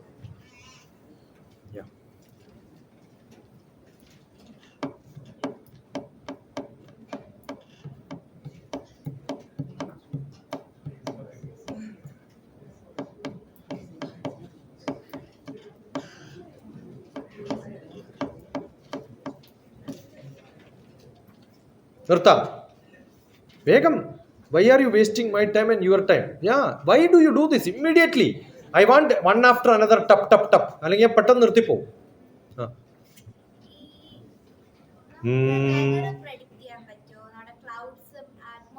നമുക്ക് പറ്റുമോ എന്ന് എനിക്കറിയില്ല. എനിക്ക് പറ്റുമെന്ന് ഞാനിങ്ങനെ പറയും. സി, സാധാരണഗതിയിൽ വെതർ പ്രഡിക്ഷൻ എന്ന് പറയുന്നത് we have got a satellite called INSAT. എന്താണ്? INSAT സാറ്റലൈറ്റ് 36,000 കിലോമീറ്റർ ഹൈറ്റിലാണ്. അതാണ് കമ്മ്യൂണിക്കേഷനും. എന്നും നമ്മുടെ എർത്തിന്റെ മുകളിൽ നിൽക്കുന്നു. ഇന്ത്യയുടെ നേരെ മുകളിലാണ് നിൽക്കുന്നത്. അപ്പോൾ ഇന്ത്യയുടെ നേരെ മുകളിൽ നിൽക്കുന്ന ഈ സാറ്റലൈറ്റില് എന്തുണ്ട്? ഈ ഭാഗത്താണ് സാറ്റലൈറ്റ് ഇങ്ങനെ നോക്കണം. ഈ ഭാഗം ഫുൾ നോക്കണ്ട്. ഏകദേശം 12,000 കിലോമീറ്റേഴ്സ് നോക്കാൻ പറ്റും. ഇത് 300 ഉള്ളൂ. 300ന്റെ നേരെ 3 times ഓളം കാണാൻ പറ്റും. 3,000 ആണ്. 3,000ന്റെ 3 times 4 times കാണാൻ പറ്റും. ഫൈൻ. ഇവിടെ ഒരു ക്ലൗഡ് ഉണ്ട്. ഇവിടെ ഒരു ക്ലൗഡ്. ആ ക്ലൗഡ് ഇങ്ങോട്ട് മൂവ് ചെയ്യുന്നുണ്ട്. ഈ ക്ലൗഡ് ഇങ്ങോട്ട് മൂവ് ചെയ്യുന്നുണ്ട്. അത് ടച്ച് ആവില്ല. അപ്പോ എന്തുണ്ടാവില്ല? മഴ ഉണ്ടാവില്ല. ഈ ആ 2 ക്ലൗഡും ഒരേ ഭാഗത്തേക്ക് മൂവ് ചെയ്തിട്ട് ഇവിടുന്ന് വേറൊരു ക്ലൗഡ് പോകുന്നുണ്ട്. ഇതിനേക്കാളും സ്പീഡ് കൂടിയൊരു ക്ലൗഡാണ്. ഇത് കുറച്ചും കൂടി സ്പീഡ് കൂടുതലുണ്ട്. ഇത് രണ്ടും കൂടി എടുത്തിട്ട് ഇവിടെ പെയ്താൽ ആസാമിൽ മഴ പെയ്യും. ഈ ഭാഗത്തുനിന്ന് ഒരു ക്ലൗഡ് കിഴക്കോട്ട് പോകുന്നുണ്ട്. ഈ ഭാഗത്തുനിന്ന് ഒരു ക്ലൗഡ് പടിഞ്ഞാറോട്ട് പോകുന്നുണ്ട്. അത് രണ്ടും കുറച്ച് ഡൈവേർട്ട് ചെയ്തിട്ട് ഇങ്ങനെ പോകും. അപ്പൊ ഇവിടെ അടിക്കും. ഞാൻ രാവിലെ 9 മണിക്കൊരു പടം എടുക്കും, 10:30 എടുക്കും. ഓരോ 1.5 മണിക്കൂർ കൂടുമ്പോഴും പടം എടുത്തിട്ട് നോക്കും ക്ലൗഡ് എങ്ങനെയാ മൂവ് ചെയ്യണം. അതിന്റെ സ്പീഡ് ഏകദേശമൊക്കെ നോക്കിയിട്ട് നമ്മൾ പ്രഡിക്ഷൻ പറയും. അതാണ് ഇന്നുള്ള ഇൻസാറ്റ് മെത്തഡോളജി. അപ്പൊ അതെങ്ങനെ മൂവ് ചെയ്യുന്ന അറിയണം. താഴത്തുള്ള പ്രഷർ കാറ്റിൻ്റെ സ്പീഡ്, ഇതൊക്കെ നോക്കിയിട്ടുള്ള ഹൈലി ഡൈനാമിക് ആയിട്ടുള്ള ഡിഫറൻഷ്യൽ ഇക്വേഷൻസ് കാൽക്കുലസ് പഠിച്ചിട്ടുണ്ടാവും. In speed in which it moves, speed അറിയാലോ, ഡിസ്റ്റൻസ് ബൈ ടൈം ആണ് സ്പീഡ് അല്ലേ? ഡിസ്റ്റൻസ് ബൈ ടൈം അല്ലേ? അത് നമ്മൾ ഡിസ്റ്റൻസ് മെഷർ ചെയ്ത് ടൈം കൊണ്ട് ഡിവൈഡ് ചെയ്താൽ കിട്ടി. പക്ഷെ അത് കുറേ ദൂരം പോയാൽ അവിടെ എങ്ങനെയാണെന്ന് ഇപ്പം പ്രിഡിക്റ്റ് ചെയ്യാൻ പറ്റില്ല. അങ്ങനെ പ്രിഡിക്റ്റ് ചെയ്യണമെങ്കിൽ നമ്മൾ ഉപയോഗിക്കുന്നത് ഡിസ്റ്റൻസ് ബൈ ടൈം എന്നുള്ളതിന് പകരം ds/dt എന്ന് പറയുന്ന കാൽക്കുലസിലുള്ള ഇക്വേഷൻസ് ആയിട്ട് മാറും. അത് d²s/dt², അത് ആക്സിലറേഷൻ ആയിട്ട് മാറും. ഇതൊക്കെ ഡിഫറൻഷ്യൽ ഇക്വേഷൻസ് ആണ്. കാൽക്കുലസ് എന്ന് പറഞ്ഞിട്ടുള്ള സബ്ജക്റ്റ് ആണ്. ആ സബ്ജക്റ്റ് നമ്മൾ പഠിക്കുമ്പോൾ അങ്ങനെ കുറേ ഇക്വേഷൻസ് ഉപയോഗിച്ചിട്ടാണ് ഇതൊക്കെ പ്രിഡിക്റ്റ് ചെയ്യുക. അപ്പോൾ അതുകൊണ്ട് ഹൈലി മാത്തമാറ്റിക്കൽ കോംപ്ലിക്കേറ്റഡ് ആയിട്ടുള്ള കുറേ ഇക്വേഷൻസും കുറേ പിക്ചേഴ്സും ഒക്കെ ഉപയോഗിച്ചിട്ടാണ് ഇത് പ്രിഡിക്റ്റ് ചെയ്യുന്നത്. അതിന് മെറ്റീരിയോളജിക്കൽ ഡിപ്പാർട്ട്മെന്റ്, ക്ലൈമറ്റ് ഒക്കെ പ്രിഡിക്റ്റ് ചെയ്യുന്ന മെറ്റീരിയോളജിക്കൽ ഡിപ്പാർട്ട്മെന്റ് ആണ്. ഡിപ്പാർട്ട്മെന്റ് ഓഫ് സ്പേസ് പിക്ചർ കൊടുക്കുന്ന ഡിപ്പാർട്ട്മെന്റ് ഓഫ് സ്പേസ്. പിന്നെ കുറേ മാത്തമാറ്റിക്സിന്റെ ഇക്വേഷൻസ് ഒക്കെ കണ്ടുപിടിച്ചിട്ടുള്ള കുറേ ആൾക്കാർ, ഇവരൊക്കെ കൂടി ചേർന്നിട്ടാണ് ഈ പ്രഡിക്ഷൻസ് നടക്കുന്നത്. എല്ലാ ദിവസവും ചെയ്യുന്നത്. അതുകൊണ്ടാണ് ഇപ്പോൾ ഗൂഗിൾ മാപ്പിനോട് നിങ്ങൾ ഇവിടെ മഴ പെയ്യോ എന്ന് ചോദിച്ചു കഴിഞ്ഞാൽ അവിടെ ഉത്തരം പറയുന്നത്. അതെവിടെയൊക്കെ മെഷർ ചെയ്യുന്നുണ്ട്? ടെമ്പറേച്ചർ, ഓരോ എയർപോർട്ടിലും ടെമ്പറേച്ചർ മെഷർ ചെയ്യും, പ്രഷർ മെഷർ ചെയ്യും, അതൊക്കെ ഫീഡ് ചെയ്യും. അങ്ങനെ ഒരു മോഡൽ ഉണ്ടാക്കും. ആ മോഡലിൽ നിന്നാണ് പ്രഡിക്ഷൻസ് നടക്കുന്നത്. അത് വെതർ പ്രഡിക്ഷൻസ് ആണ്. Every half an hour 1 hour we can predict weather. Correct ആവോ എന്ന് ചോദിച്ചാൽ ഭാഗ്യം പോലെ. കാരണം അത്ര എളുപ്പമുള്ളൊരു ഇക്വേഷൻ അല്ല. ഇതൊക്കെ പറഞ്ഞിട്ട് ഇങ്ങോട്ട് മൂവ് ചെയ്യുമെന്ന് പറഞ്ഞാൽ ക്ലൗഡ് അങ്ങോട്ട് മൂവ് ചെയ്യാൻ ഞാൻ എന്ത് ചെയ്യും? അണ്ടർസ്റ്റുഡ്? പോസിബിൾ അല്ല. ചിലപ്പോൾ പോസിബിൾ ആണ്, ചിലപ്പോൾ. കീപ് അപ്ഡേറ്റിംഗ് എവറി കാരണം സാറ്റലൈറ്റ് ഈസ് ഓൾവേസ് അവൈലബിൾ. എപ്പോൾ വേണമെങ്കിലും എനിക്ക് നോക്കിക്കൊണ്ടിരിക്കാം. പിന്നെ come on, come fast. നിന്ന് ചോദിക്കാം. Don't waste time. നമ്മൾ ഒരു വേവ്സ് പോകണ്ടെന്ന് വിചാരിക്കാം. ആ വേവ്സ് എങ്ങനെയാ പോണത്? ഒരു ക്വാണ്ടം ആയിട്ടാണ് വേവ്സ് മൂവ് ചെയ്യുക എപ്പോഴും. ഒരു വേവ് എന്ന് പറയുന്നത് ഒരു ലൈൻ അല്ലല്ലോ. എന്താണ്? A bunch of waves quantity together ആണ്. ലൈറ്റ് വരുന്നതും അതുപോലെയാണ്. It's A quantum. എല്ലാ വേവ് പാറ്റേൺസും ക്വാണ്ടം വേവ്സ് ആണ്. സൈൻ ഇക്വേഷൻസ് ആണ് ഇതിൻ്റെയൊക്കെ. നമ്മൾ സൈൻ, കോട്ട്, ടാൻ എന്നൊക്കെ പഠിക്കില്ലേ? ഇതൊക്കെ സൈൻ വേവ്സ് ആണ്. എങ്ങനെയാ സൈൻ വേവ്സ്? ഇത് 0 0 വെച്ചിട്ട് ഇങ്ങനെ മൂവ് ചെയ്ത് കഴിഞ്ഞാൽ കുറച്ച് കഴിയുമ്പോൾ എന്തായാലും താഴത്തേക്ക് പോകും. ഈ വേവ് ലെങ്ത് നോക്കിയിട്ട് അപ്പൊ ക്വാണ്ടം ഫിസിക്സ് പഠിക്കുമ്പോൾ വേവ് ലെങ്ത് പഠിക്കും, ഫ്രീക്വൻസി പഠിക്കും, എത്ര ക്വാണ്ടിറ്റി മൂവ് ചെയ്യുന്നു പഠിക്കും, അത് ഏത് ലെവലിലാണെന്ന് പഠിക്കും. That's what is quantum physics. So every electro magnetic wave, എല്ലാ വേവ് എന്ന് പേര് വന്ന ഉടനെ ക്വാണ്ടം ഫിസിക്സ് വന്നു. ഓക്കെ, ഇനി അതേ സംഭവം ക്വാണ്ടം ജമ്പ്. ഡോക്ടർ TPS നോക്കുക. ഞാൻ അമേരിക്കയിലെ സാറ്റ് എക്സാം എന്ന് പറഞ്ഞിട്ടൊരു എക്സാം ഉണ്ട്. +2 കഴിഞ്ഞാൽ അമേരിക്കയിലെ യൂണിവേഴ്സിറ്റിയിൽ അഡ്മിഷൻ കിട്ടണമെങ്കിൽ എന്ത് എക്സാം എഴുതണം? സാറ്റ് എക്സാം ഉണ്ട്. ആ സാറ്റ് എക്സാം എഴുതുമ്പോൾ അതിനുള്ള കുറച്ച് കുട്ടികളെ പ്രിപ്പയർ ചെയ്യാൻ ഞാൻ അമേരിക്കയിലുള്ള സമയത്ത് അനുഷയുടെ വീട്ടിലായിരുന്നു. അവിടെ വന്ന് പഠിച്ച കുറെ കുട്ടികളിൽ ഒരു കുട്ടി ചെയ്തൊരു പ്രോജക്റ്റ് ക്വാണ്ടം ജമ്പാണ്. ആ ക്വാണ്ടം ജമ്പ് എന്ന് പറയുന്നത് നമ്മളിപ്പോൾ ഒരു നെറ്റ് ഉണ്ടെന്ന് വിചാരിക്കുക. ആ നെറ്റിലൂടെ ഒരു വേവ് കടന്നു പോയി കഴിഞ്ഞാൽ ആ നെറ്റിന് വല്ല കുഴപ്പം പറ്റുമോ? അതുപോലെ ജമ്പ് ചെയ്യാൻ പറ്റുന്ന ഒരു വെർച്വൽ ആയിട്ടുള്ള ഏത് ഒബ്സ്റ്റക്കിളിനെയും കടക്കാൻ പറ്റുന്ന സ്പീഡിലേക്ക് സംഭവങ്ങൾ ചെയ്യാൻ പറ്റും എന്നുള്ളൊരു കൺസെപ്റ്റ് ഉണ്ട് ഫിസിക്സിൽ. അതിനാണ് ക്വാണ്ടം ജമ്പ് എന്ന് പറയാം. ഉദാഹരണം, നമ്മളിപ്പോൾ ഒരു വളരെ എല്ലാം ഫ്ലൂയിഡാണ്. ശരിക്കും പറഞ്ഞാൽ നമ്മുടെ ശരീരം എന്ന് പറയുന്നതും കുറേ സെല്ലുകളുണ്ട്. ആ സെല്ലുകളുടെ ഉള്ളിലൊക്കെ എന്തുണ്ട്? സെല്ലുകളുടെ ഉള്ളിൽ എന്തുണ്ട്? ആറ്റംസ് ഉണ്ട്. ആറ്റംസിന്റെ ഉള്ളിൽ എന്താ ഉള്ളത്? അല്ലേ? ന്യൂട്രോൺസ് ഉണ്ട്, പ്രോട്ടോൺസ് ഉണ്ട്, ഇലക്ട്രോൺസ് അതിന് ചുറ്റും കറങ്ങിക്കൊണ്ടേയിരിക്കുന്നുണ്ട്. അപ്പൊ ചുറ്റും കറങ്ങുന്നുണ്ടെങ്കിൽ എന്താ അതിനർത്ഥം? അവിടെ കുറെ സ്പേസ് ഉണ്ടെന്നല്ലേ? അപ്പൊ ന്യൂട്രോൺസ് കഴിഞ്ഞാൽ ന്യൂക്ലിയസ് കഴിഞ്ഞാൽ ന്യൂട്രോൺസും പ്രോട്ടോൺസും ഉള്ളില് ന്യൂക്ലിയസിന് പുറത്ത് എന്താ ഉള്ളത്? സ്പേസ്. ആ സ്പേസിൽ അവിടെ ഇവിടെയൊക്കെ കുറച്ച് ഇലക്ട്രോൺസ് ഉണ്ട്, അത്രയല്ലേ ഉള്ളൂ. അപ്പൊ എന്താണ് ഒരു ആറ്റത്തിൽ ഏറ്റവും കൂടുതൽ ഉള്ളത്? സ്പേസ് ആണ്. Are you getting? അപ്പൊ നിങ്ങളുടെ ശരീരം എന്ന് പറയുന്നത്, എന്റെ ശരീരം എന്ന് പറയുന്നതിൽ മാറ്റർ ആണോ കൂടുതൽ, സ്പേസ് ആണോ? അപ്പൊ ആമ A space or A matter? ഇതാണ് പണ്ട് ശങ്കരാചാര്യരൊക്കെ പറഞ്ഞിട്ടുള്ള മായ. മനസ്സിലാവുണ്ടോ? അതുപോലെ എന്റെ സെല്ലിലുള്ള ഒരു സെല്ലും 7 വർഷം മുമ്പുണ്ടായിരുന്ന ഡോക്ടർ TPSന്റെ ശരീരത്തിലുള്ള ഒരു സെല്ലും ഇന്നും ഇല്ല. മനോജ്ജിയുടെ ശരീരത്തിലുള്ള ഒരു സെല്ലും മനോജിയിലുള്ള. പക്ഷെ ഞങ്ങൾ കണ്ടപ്പോൾ ഐഡന്റിഫൈ ചെയ്തു, ഇദ്ദേഹമാണ് ഞാനാണ് ഇദ്ദേഹം എന്ന് കണ്ട് ഐഡന്റിഫൈ ചെയ്തു. എങ്ങനെ ഐഡന്റിഫൈ ചെയ്തത്? ഒരു പാർട്ടിക്കിളും നമ്മളിലല്ല, എല്ലാം നശിച്ച് പുതിയത് വന്നിട്ടുള്ളത്. നമ്മൾ ഓരോ ദിവസവും നമ്മൾ മരിക്കുന്നുണ്ട്, ഓരോ സെല്ലും മരിക്കുകയാണ്, പുതിയ സെല്ലുകൾ ജനിക്കുകയാണ്, ആണോ അല്ലയോ? അപ്പൊ ഒരു ജന്മവും ഒരു മരണവും മാത്രമാണോ? അല്ല, എല്ലാ നിമിഷവും നമ്മൾ മരിക്കുകയും എല്ലാ നിമിഷവും ജനിക്കുകയും ചെയ്യണം. അതുകൊണ്ടാണ് ശങ്കരാചാര്യൻ എന്ന് പറയുന്നത് ജഗത് മിഥ്യ, ഇതൊക്കെ മിഥ്യയാണ്, മരണമില്ല, ജന്മമില്ല എന്നൊക്കെ പറയുന്ന ഈ ഫിലോസഫിയാണ്. ആ ലെവലില് കെമിസ്ട്രിയുടെ അങ്ങേ അറ്റത്തെത്തണം നമ്മൾ, അപ്പോഴേ ഇതൊക്കെ മനസ്സിലാവും. ഗെറ്റിംഗ്? ആ ഒരു അവസ്ഥയിൽ എനിക്ക് എന്തിൻ്റെ അടുത്തും പോകാൻ പറ്റും. എന്തുകൊണ്ടാണ് ഇത് സോളിഡ് ആയിട്ടും അത് ലിക്വിഡ് ആയിട്ടും കാണുന്നത്? അതിനുള്ളിൽ പാച്ച് ഉള്ളത് കൊണ്ടാണ്. മനസ്സിലാവുണ്ടോ? ആ പാച്ച് ഇല്ലെങ്കിൽ നിങ്ങളിപ്പോൾ ഈ വെള്ളം വീട്ടിൽ പോയിട്ട് ചെയ്ത് നോക്കണേ. നിറയെ വെള്ളം ഒഴിക്കാം, full glass full water. Okay, ചെറിയ മുട്ടുസൂചിയൊക്കെ ഉണ്ടാവില്ലേ അല്ലേ? അതിട്ടാൽ പോലും വെള്ളം പുറത്തു പോകണം. അത് പോകാൻ പോലും എന്തില്ല, ഫുൾ നിറഞ്ഞു. ഒരു തുള്ളി വെള്ളം ഒഴിച്ചാൽ അത് പോകും. ആ മുട്ടുസൂചി എടുത്തിട്ട് നിങ്ങൾ ഇട്ട് നോക്ക്, നിങ്ങൾക്ക് 10 രൂപ ഇടാൻ പറ്റുമല്ലോ. വെള്ളം ഇങ്ങനെയാവും. അങ്ങനെ സർഫസ് ടെൻഷൻ ഉണ്ട്. അപ്പോൾ എന്ത് ചെയ്യും? അത് അതിൻ്റെ ഷേപ്പ് മാറും, കുറേ മുട്ടുസൂചികളിൽ ഇടാൻ പറ്റും. അപ്പോൾ ഈ വെള്ളത്തിൻ്റെ ഇടയിലൊക്കെ സ്പേസ് ഉണ്ട്. Are getting? നമ്മളില്ല എന്ന് ധരിക്കുന്ന അതിൻ്റെ ഇടയിൽ പോലും സ്പേസ് ഉണ്ട്. നമ്മളില്ല എന്ന് ധരിക്കുന്ന നമ്മുടെ ഇടയിൽ പോലും സ്പേസ് ഉണ്ട്. അതാണ് space department, gum department. Are getting?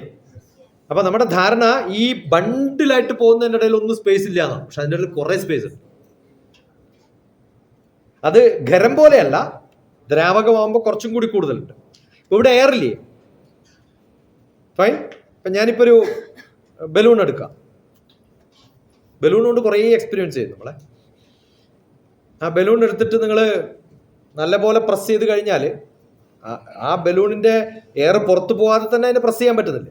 എന്താ കാരണം? അതിൻ്റെ ഷേപ്പ് മാറുന്നല്ലേ ഉള്ളൂ. അണ്ടർസ്റ്റുഡ്? ഇനി നിങ്ങൾ ഏത് ഷേപ്പിലേക്കും അതിനെ മാറ്റാൻ പറ്റുന്നത് എന്തുകൊണ്ടാണ്? അത് എയർ ആയതുകൊണ്ടാണ്. അത് വാട്ടർ ആണെങ്കിലോ കുറച്ചും കൂടി ബുദ്ധിമുട്ടാണ്. അപ്പോൾ ലിക്വിഡിനും എയറിനും ഈ സോളിഡിനും തമ്മിലുള്ള ചെറിയ ചെറിയ ഡിഫറൻസുകൾ മനസ്സിലാക്കിയാൽ ഈ ക്വാണ്ടം അല്ല ആ ക്വാണ്ടം, ആ ക്വാണ്ടം അല്ല മറ്റേ ക്വാണ്ടം എന്ന് മനസ്സിലാക്കും. അപ്പോൾ ഇവിടെയുള്ള എയർ എന്ന് പറയുന്നത് നമ്മളെ ചില വലിയ ഫിലോസഫിയിലൊക്കെ പറയുന്നത്, ഞാനിപ്പോൾ ഈ റൂമിനകത്താണ്, ആണോ അല്ലയോ? ഈ അകത്തും പുറത്തും തമ്മിൽ എയറിന് വല്ല വ്യത്യാസമുണ്ടോ? പിന്നെ ഞാൻ അകത്താണോ പുറത്താണോ എന്നുള്ള എന്താ വ്യത്യാസം? ഇപ്പൊ ഞാൻ എന്ന് പറയുന്നത് ഈ റൂമിനകത്താണ്. ഈ റൂം എന്ന് പറയുന്നത് എന്താണ്? ഇതിനകത്ത് എന്നുള്ള റൂമാണോ അല്ല ഈ വാളാണോ ഇതിനെ റൂമാക്കുന്നത്? അപ്പൊ ഈ റൂമിനകത്ത് എന്ന് പറയുന്ന ഒരു കൺസെപ്റ്റ് ആണോ നല്ലത്? Are you getting? ഞാൻ ഈ റൂമിനകത്താണോ അല്ല എൻ്റെ അകത്താണോ റൂം?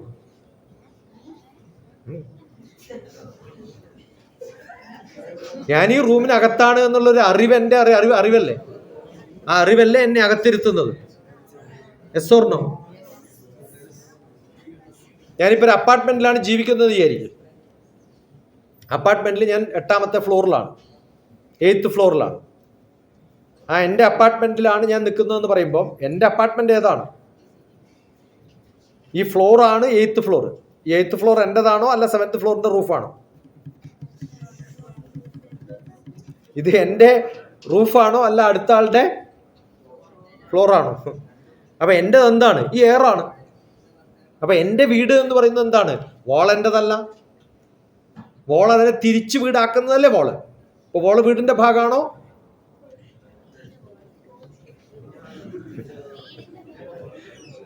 വീടിന്റെ ഭാഗമല്ല. എൻ്റെ വീട് എന്ന് പറയുമ്പോൾ എൻ്റെ ഉള്ളിലുള്ളത് മാത്രമേ എൻ്റെ കൺസെപ്റ്റിലുള്ളൂ. ആ വോളിന്റെ ഉള്ളിലുള്ളതാണ് എൻ്റെ വീട് അല്ലേ? വോൾ എൻ്റെ വീടിന്റെ ഉള്ളിലല്ലല്ലോ. വാള് എൻ്റെ വീട്ടിനകത്തല്ല, വാളിന്റെ അകത്താണ് എൻ്റെ വീട്. Are you getting? കൺഫ്യൂസ്ഡ് ആയില്ലേ? ഇതാണ് ശങ്കരാചാര്യരൊക്കെ പറയുന്ന നമ്മുടെ കൺസെപ്റ്റ്, ഞാൻ എന്ന് പറയുന്ന കൺസെപ്റ്റ്. ഇപ്പൊ ഞാൻ ഡൽഹിയിൽ ഇരിക്കുമ്പോ എല്ലാരും ചോദിക്കും ഡൽഹിയിൽ വീടുണ്ടോന്ന്. ഞാൻ പറഞ്ഞു വലിയൊരു വീടുണ്ട് എനിക്ക് അവിടെ. അതിന് ചുറ്റും ഇങ്ങനെ പോകുമ്പോൾ ഞാൻ വിചാരിക്കും ഞാൻ എപ്പോഴാണ് ഈ വീട്ടിനകത്ത് കയറാൻ പറ്റുക. ഇപ്പഴല്ലേ പറഞ്ഞു നിങ്ങളുടെ വീടാണ്. ആ എൻ്റെ വീടാ, പക്ഷെ എനിക്ക് ഉള്ളിൽ കയറാൻ പറ്റില്ല. അതാണ് പാർലമെന്റ് ഹൗസ്. പാർലമെന്റ് ഹൗസ് നമ്മുടേതല്ലേ? ആണോ അല്ലയോ? അപ്പൊ നിങ്ങൾക്ക് ഡൽഹിയിൽ വീടുണ്ടോ? എല്ലാവരോടും പറയണം ഇന്ത്യയിലെ ഏറ്റവും വലിയ വീട് എൻ്റെ വീടാണ്. അതേതാ വീട്? പാർലമെന്റ് വീട്. ഹൗസ് തന്നെയല്ലേ പേര്. ആരുടെ വീടാ അത്? നമ്മുടെയൊക്കെ വീടാ അത്. Are you getting? അപ്പൊ എന്റേതാണ് എന്നുള്ള തോന്നല്, ആ തോന്നലാണ് നമ്മൾ ഉണ്ടാക്കുന്നത്. ഞാൻ എൻ്റെ ശരീരത്തെ ഇങ്ങനെ വഹിച്ചു കൊണ്ടുപോകുന്നത് എൻ്റെ സെല്ലിലുള്ള ഓരോ സെല്ലിനും എൻ്റേതാണ് എന്നുള്ള തോന്നലുള്ളത് കൊണ്ട് അതിനെ വിട്ടു പോകാത്തതാണ്. അതിനെയാണ് നമ്മൾ എന്ത് പറയാ? കോൺഷ്യസ്നെസ്. എന്താ പറയാ? അതുള്ളത് കൊണ്ടാണ് എനിക്ക് പ്രശ്നമില്ലാത്തത്. അതുള്ളതിനെ കൊണ്ട് കുറെ പ്രശ്നമുണ്ട്. ഇപ്പൊ ഇന്നലെ മിഞ്ഞാന്ന് ഒരാൾ പറഞ്ഞു ഭാഗം കംപ്ലീറ്റ് ബ്ലാക്ക് കളറായി വീണിട്ടാണോ? ഒരാൾ വീണ ഈ ഭാഗത്ത് ബ്ലാക്ക് കളറാവും ഇല്ല. പക്ഷെ എന്താ അറിയോ, വീഴാൻ പോകുന്നുണ്ട് എന്ന് സ്ലിപ്പ് ആവുമ്പോ തന്നെ ഈ ഭാഗത്തെ സെല്ലുകൾക്ക് ഒരു കോൺഷ്യസ്നെസ് ഉണ്ടാവും, ഞാൻ വീഴാൻ പോകുന്നു എന്ന്. അപ്പൊ ഈ സെല്ലുകളൊക്കെ റെഡിയാവും ഇടിക്കാൻ വേണ്ടി. വീണില്ലെങ്കിലും ഇവിടെ വേദനിക്കുന്നു. ഇപ്പൊ ഇന്നലെ അങ്ങാണ്ട് ഒരു കുട്ടി കണ്ടു, അയാളുടെ മൂക്കിലങ്ങാണ്ട നെറ്റിക്കാണ്ട് ഇടിച്ചു. വെച്ചു കയ്യിൽ സെൽഫോൺ ഉണ്ടായിരുന്നു അല്ലേ? ആ ഉണ്ടായിരുന്നു. എന്താ ചെയ്യാ? സെൽഫോൺ ഉണ്ടെങ്കിൽ സെൽഫോണിനൊന്നും പറ്റാണ്ടിരിക്കാൻ വേണ്ടി കൈ പൊക്കി മൂക്കിടി. ഏതൊരു ബസ്കറ്റിലങ്ങാണ്ട് പോയ സമയത്ത് ഒരുത്തന്റെ കൈ ഒടിഞ്ഞപ്പോ ആ നന്നായി നിന്റെ കൈ ഒടിഞ്ഞു. എന്താ കാരണം? കൈ ഒടിഞ്ഞില്ലെങ്കിൽ തലയൊടിയും. നമ്മുടെ കൈ വീഴുന്നതിന് മുമ്പ് താഴത്തേക്ക് പോകും. അത് നമുക്ക് ഭഗവാൻ തന്നിട്ടുള്ളൊരു വരമാണ്. ബൈ ചാൻസ് ഞാൻ കൈ ഒടിയണ്ടെന്ന് വിചാരിച്ചു വിചാരിക്കും. ഇപ്പൊ അടുത്ത കാലത്ത് എൻ്റെ ഒരു തൊട്ടടുത്ത റിലേറ്റീവ്, അവന്റെ പയ്യൻ 3ാം ക്ലാസ്സിലോ 4ാം ക്ലാസ്സിലോ പഠിക്കണം, അവന്റെ അച്ഛന്റെ കൈ ഒടിഞ്ഞിട്ടുണ്ടായിരുന്നു. അപ്പൊ അവരെ കൈകുത്തി വീണിട്ടാണ് ഒടിഞ്ഞതെന്ന് പറഞ്ഞു. അവൻ ഫുട്ബോൾ കളിക്കുമ്പോൾ കൈ കുത്താണ്ടിരിക്കാൻ കൈ കിടത്തി തൊട്ട് മൂക്കിച്ചു. ഈ ഭാഗം ഫുൾ കഴിച്ചു. മനസ്സിലാവുണ്ടോ? ശരീരത്തിനൊരു എന്തുണ്ട്? കോമൺ സെൻസും കോൺഷ്യസ്നെസ് ഒക്കെ ഉണ്ട്. അത് കടന്ന് എൻ്റെ ബുദ്ധി ആലോചിച്ചാലുണ്ടല്ലോ പ്രശ്നമായി. ഇപ്പൊ കാലൊടിഞ്ഞു കൈ ഒടിഞ്ഞു എന്നൊക്കെ പറഞ്ഞ് ആരെങ്കിലും കണ്ടാൽ കൺഗ്രാജുലേഷൻ, വെൽ ഡൺ എന്നൊക്കെ പറയണം. കാരണം കയ്യും കാലും ഒടിഞ്ഞിട്ടില്ലെങ്കിൽ എവിടെയാ ഒടിയാ? അപ്പൊ നമ്മുടെ ശരീരത്തിനൊരു കോൺഷ്യസ്നെസ് ഉണ്ട്. വീഴുന്ന സമയത്ത് ഇങ്ങനെ വീഴാവൂ. അത് ആര് പറഞ്ഞു തന്നതാ? നമ്മുടെ ശരീരത്തിന്റെ ഉള്ളില്. നമ്മുടെയൊക്കെ ധാരണ ബുദ്ധി എന്ന് പറയുന്നത് തലയിലാണെന്നാണ്. തലയിലല്ല ബുദ്ധി. മനസ്സ് എന്ന് പറയുന്നത് ഇവിടെ എവിടെയൊക്കെ ആണെന്നാണ്. അവിടെ ഒന്നല്ല മനസ്സ്. ഓരോ സെല്ലിലും മനസ്സുണ്ട്. അടിച്ചാൽ എവിടെയാ വേദന? അടി കൊണ്ട സ്ഥാനത്തല്ലേ. വേദന എന്ന് പറയുന്നത് ഏതിന്റെ സ്വഭാവ? മനസ്സിന്റെ സ്വഭാവമല്ലേ?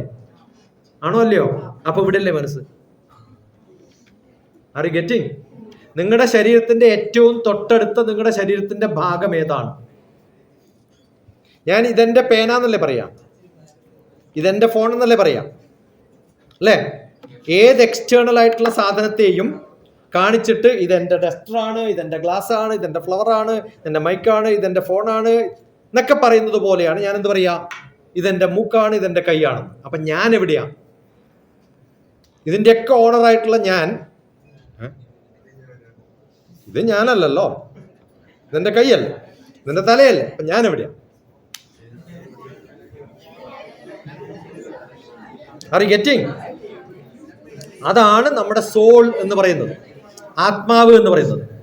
ആ ആത്മാവിനെ നമ്മൾ അറിയുമ്പോഴാണ് നമ്മുടെ ബുദ്ധിയല്ല ഞാൻ, എൻ്റെ മനസ്സല്ല ഞാൻ എന്ന് ഞാൻ അറിയാം.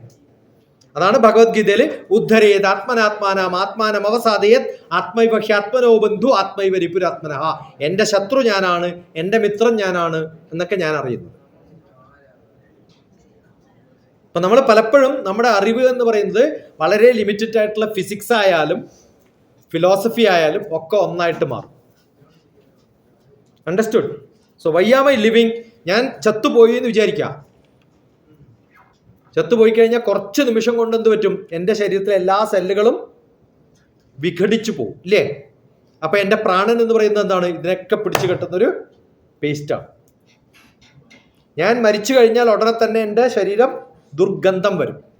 അപ്പൊ എൻ്റെ ശരീരത്തിൽ നല്ല ഗന്ധമുണ്ടാക്കുന്നതാണ് എൻ്റെ പ്രാണൻ. അപ്പൊ പ്രാണൻ പേസ്റ്റാണ്, പ്രാണൻ ഗന്ധമാണ്. അണ്ടർസ്റ്റുഡ്? ഇതിനെയൊക്കെ നമ്മൾ വിളിക്കുന്ന പേരാണ് പ്രാണൻ, കോൺഷ്യസ്നെസ്. അത് നമ്മൾ ധരിക്കുന്നതിനേക്കാളും വളരെ വലുതാണ്. ഇതിനൊക്കെ കുറേ ഗ്യാപ്പുണ്ട്. നമ്മുടെ ശരീരത്തിൽ ഒരു സെല്ലിന് പോലും ഒരു മുറിവുണ്ടായാൽ അതിനെ സ്റ്റിച്ച് ചെയ്യണം എന്നുള്ള അറിവില്ല. ഇതുവരെ ചെയ്യാത്ത പണിയാണ്. ആരാ ചെയ്യുന്നത്? ഓരോ സെല്ലുകളും വന്നിട്ട് നിങ്ങളൊരു മുറിവുണ്ടായി എന്ന് വിചാരിക്കും, ഉടനെ കുറച്ച് സമയം കഴിഞ്ഞാൽ അവിടെ നല്ല ഗമ്മ് പോലെ കാണും. കണ്ടിട്ടുണ്ടോ? ആരാ ഗമ്മ് ഉണ്ടാക്കിയത്? ഓരോ സെല്ലുകളും മരിച്ചിട്ട് അതിനെ സ്വയം ഗമ്മാക്കി മാറ്റുകയാണ്. പുറത്തുനിന്ന് ഒരു സാധനം വെക്കേണ്ട കാര്യമില്ല. ഇപ്പം എൻ്റെയൊക്കെ ശരീരത്തിൽ ഒരു പ്രാവശ്യം ഒരു കത്തി എടുത്തിട്ട് കുത്തിയിട്ട് ഇപ്പുറത്തേക്ക് വന്നിട്ടുണ്ടായിരുന്നു. നല്ല ബ്ലഡ്, നല്ല അമർത്തി അങ്ങോട്ട് പിടിക്കുക കുറച്ച് സമയം. കുറച്ച് കഴിഞ്ഞ് നോക്കുമ്പോൾ ഒന്നും ഉണ്ടാവും. കാരണം ആ ഗമ്മൊക്കെ ഇങ്ങനെ ഒട്ടിച്ച് ചേരും. നമ്മൾ ഈ വ്യാധി പിടിച്ചിട്ട് ആവലാതി പിടിച്ച് വേവലാതി പിടിക്കുമ്പോഴൊക്കെയാണ് ഇത് ട്രീറ്റ് ചെയ്യാണ്ടിരിക്കുക. So you can treat yourself. Biofeedback എന്നാണ് പറയാ. എന്താ പറയാ? Biofeedback. Ask yourself to work for you. Mark വേണം. ആ മാർക്കൊക്കെ കാണും. ഒരു ഡോക്ടർ ചെയ്യുന്ന എന്താണ്? ആ രണ്ട് സംഭവങ്ങളും അടുപ്പിച്ച് പിടിച്ച് തുന്നിക്കെട്ടുന്ന് മാത്രമേ ഉള്ളൂ. എന്തിനാണ്? ബൈ ചാൻസ് അത് വിട്ടു നിന്നാൽ അതിൻ്റെ ഉള്ളിൽ ഫില്ല് ചെയ്യുമ്പോൾ ആ ഒരു ഗ്യാപ്പ് വൾഗറായിട്ട് കാണുന്നതുകൊണ്ടാണ്. അല്ലെങ്കിൽ തുന്നേണ്ട കാര്യമൊന്നുമില്ല, ഹീൽ ചെയ്തു. ആരാ ഹീൽ ചെയ്യുന്നത്? The doctor is not the healer. The consciousness, the cell within us is the healer. മരുന്ന് വെക്കുന്നുണ്ടെങ്കിലും ആ സെല്ല് ഉണ്ടാക്കിയിട്ട് അതിനെ പാച്ചപ്പ് ചെയ്യുന്നത് ആരാ? നമ്മുടെ ഉള്ളിലുള്ള സെല്ലുകളല്ലേ. ആ സെല്ലിനെ അങ്ങനെ വർക്ക് ചെയ്യാൻ ആരാ പറയണേ? ഓക്കെ, ഞാൻ ചോദിക്കാം, നിങ്ങൾക്ക് പെയിൻ ഇല്ല എന്ന് വിചാരിക്കുക. ചില ആൾക്കാരുണ്ട് മുറിവുണ്ടായ പെയിൻ ഇല്ല. അതാരാന്നറിയോ? Leprosy patients. അവർക്ക് എന്താ പറ്റുക? അത് ഹീൽ ചെയ്യില്ല. ഇപ്പൊ പെയിൻ എന്ന് പറയുന്നത് നല്ലതാണോ മോശമാണോ? പെയിൻ എന്ന് പറയുന്നത് നമ്മളെ കോൺഷ്യസ് ആക്കാൻ വേണ്ടിയിട്ടാണ്. അണ്ടർസ്റ്റുഡ്? ആ കോൺഷ്യസ്നെസ് എന്ന് പറയുന്നതിന് ജീവനുള്ളതിനും ജീവനില്ലാത്തതിനൊക്കെ വ്യത്യസ്തമായ ഭാവങ്ങളും രൂപങ്ങളൊക്കെ ഉണ്ട്. ഇതൊക്കെ ഫിസിക്സ് ആണ്, ഇതൊക്കെ ബയോളജിയാണ്, ഫിലോസഫിയാണ്. കോൺഷ്യസ്നെസ് എന്ന് പറയുന്നൊരു ഭാഗമാണ്. ഫിലോസഫി ഡോക്ടർ TPS അടിച്ചു നോക്കണം, ഇഷ്ടംപോലെ ലെക്ചേഴ്സ് വെക്കാം. So I am recognized as a philosophy professor in many of the universities. അടുത്ത കാലത്തും ഫിലോസഫി ഡിപ്പാർട്ട്മെന്റിൽ, പുരിയിലൊക്കെ ഫിലോസഫി ഡിപ്പാർട്ട്മെന്റിൽ, വെസ്റ്റ് ബംഗാൾ ഫിലോസഫി ഡിപ്പാർട്ട്മെന്റ്. ഞാൻ ഫിലോസഫി ഫാമിലിയുടെ ഒരു മെമ്പറാണ്, ഇന്ത്യയിലെ പ്രൊഫസർമാരുടെ. Come on, come fast.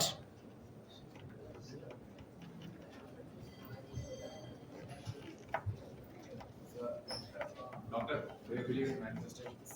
What are going to be manifestations? എന്താണ് manifestation?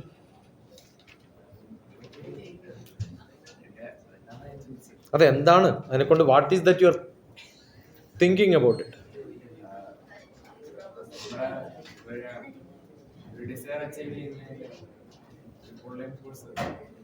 Imagine that I will become that and that become that എന്നുള്ള. ചിലപ്പോൾ പോസിബിൾ ആണ്, എല്ലാവർക്കും പോസിബിൾ ആണെന്ന് വെച്ചാൽ അങ്ങനെ പറ്റില്ല. അങ്ങനെ ഒരു വളരെ വലിയൊരു ഡിസയർ ഉണ്ടെങ്കിൽ ഞാൻ അവിടെ എത്തും. The whole universe will start working on me. ചിലർക്കൊക്കെ പറ്റും, വിവേകാനന്ദ സ്വാമിക്കൊക്കെ പറ്റും. നമുക്ക് പറ്റുമോ?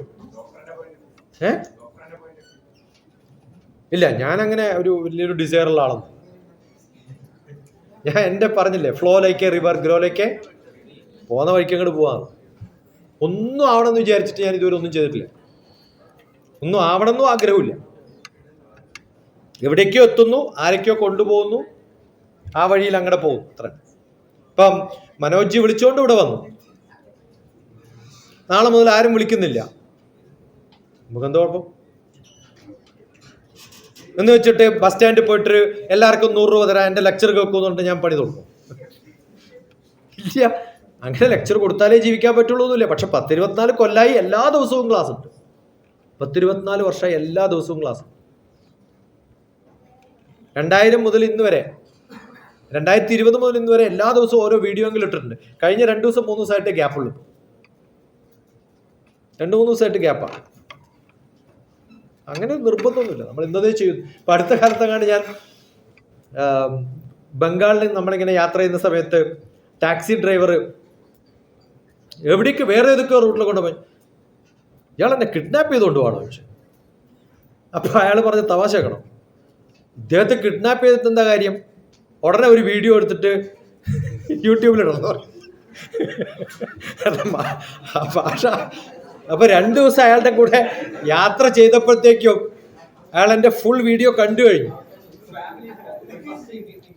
ആ ടാക്സി ഡ്രൈവർ അടക്കം എൻ്റെ വീഡിയോ കണ്ടിട്ട് ഇയാൾ ഇന്നൊക്കെയാ ചെയ്യുന്നത് കംപ്ലീറ്റ് ബയോഡാറ്റ പഠിച്ചു കഴിഞ്ഞു. മനസ്സിലായോ? ആ ബോധം പോലും നിങ്ങൾക്ക് ഇല്ല എന്നുള്ളതാണ്. കാരണം ഇന്നലെ ഞാൻ പോയി ആദ്യം ചെയ്തത് യൂട്യൂബിൽ പോയി നോക്കി, ഏതെങ്കിലും ഒരാൾ അരവിന്ദ വിദ്യാമന്ദിരത്തിൽ ഒരു കുട്ടി കണ്ടിട്ട് അതിനകത്ത് ഐ അറ്റൻഡ് യുവർ ക്ലാസ്, ഞാൻ ഐ ആം ഫ്രം അരവിന്ദ വിദ്യാമന്ദിരം എന്ന് എഴുതിയോ നോക്കാൻ വേണ്ടിയിട്ട് ആർത്തിയോടുകൂടി ഞാൻ നോക്കി. ഒരാളും ഇല്ല. ഇന്നലെ ഒരു കമന്റും ഇല്ലാത്ത ദിവസം. അപ്പോൾ ഞാൻ പറയുന്നത്, പഠിക്കാനുള്ള ആഗ്രഹങ്ങളൊക്കെ ഉണ്ടാവുമ്പോഴാണ് എല്ലാ തോന്നലുകളും നമ്മൾ അതിലേക്ക് പോവാം. So I don't have a imagination, this is what I am going to do. ഒരു ടാക്സി ഡ്രൈവർ ആയാലും, കഴിഞ്ഞ പ്രാവശ്യം ഞാനിവിടെ ഒരു പ്രോഗ്രാമിന് കോട്ടയത്ത് വന്ന സമയത്ത് രാവിലെ ടാക്സിക്കാരൻ വന്ന സമയത്ത് ഞാൻ അദ്ദേഹത്തോട് ചോദിച്ചു, കുറച്ച് സമയം വെയിറ്റ് ചെയ്യേണ്ടി വന്നാൽ നിങ്ങൾ എങ്ങനെയാണ് സമയം ചെലവഴിക്കുക? കാരണം ആ ടാക്സിക്കാരനോട് ഞാൻ സംസാരിച്ച് മനസ്സിലാക്കും എന്താ അയാൾ ചെയ്യണത്, എന്താ നിങ്ങൾ ചെയ്യുക. കുറച്ച് സമയം ഇരിക്കേണ്ടി വന്നാൽ ഉടനെ അയാൾ ഡിക്കി തുറന്നിട്ട് കുറേ ബുക്ക് എടുത്തിട്ട് വന്ന് ഞാൻ വായിക്കുക ചെയ്യാം. കുറേ ബുക്സ് ഉണ്ട് എൻ്റെ കയ്യിൽ.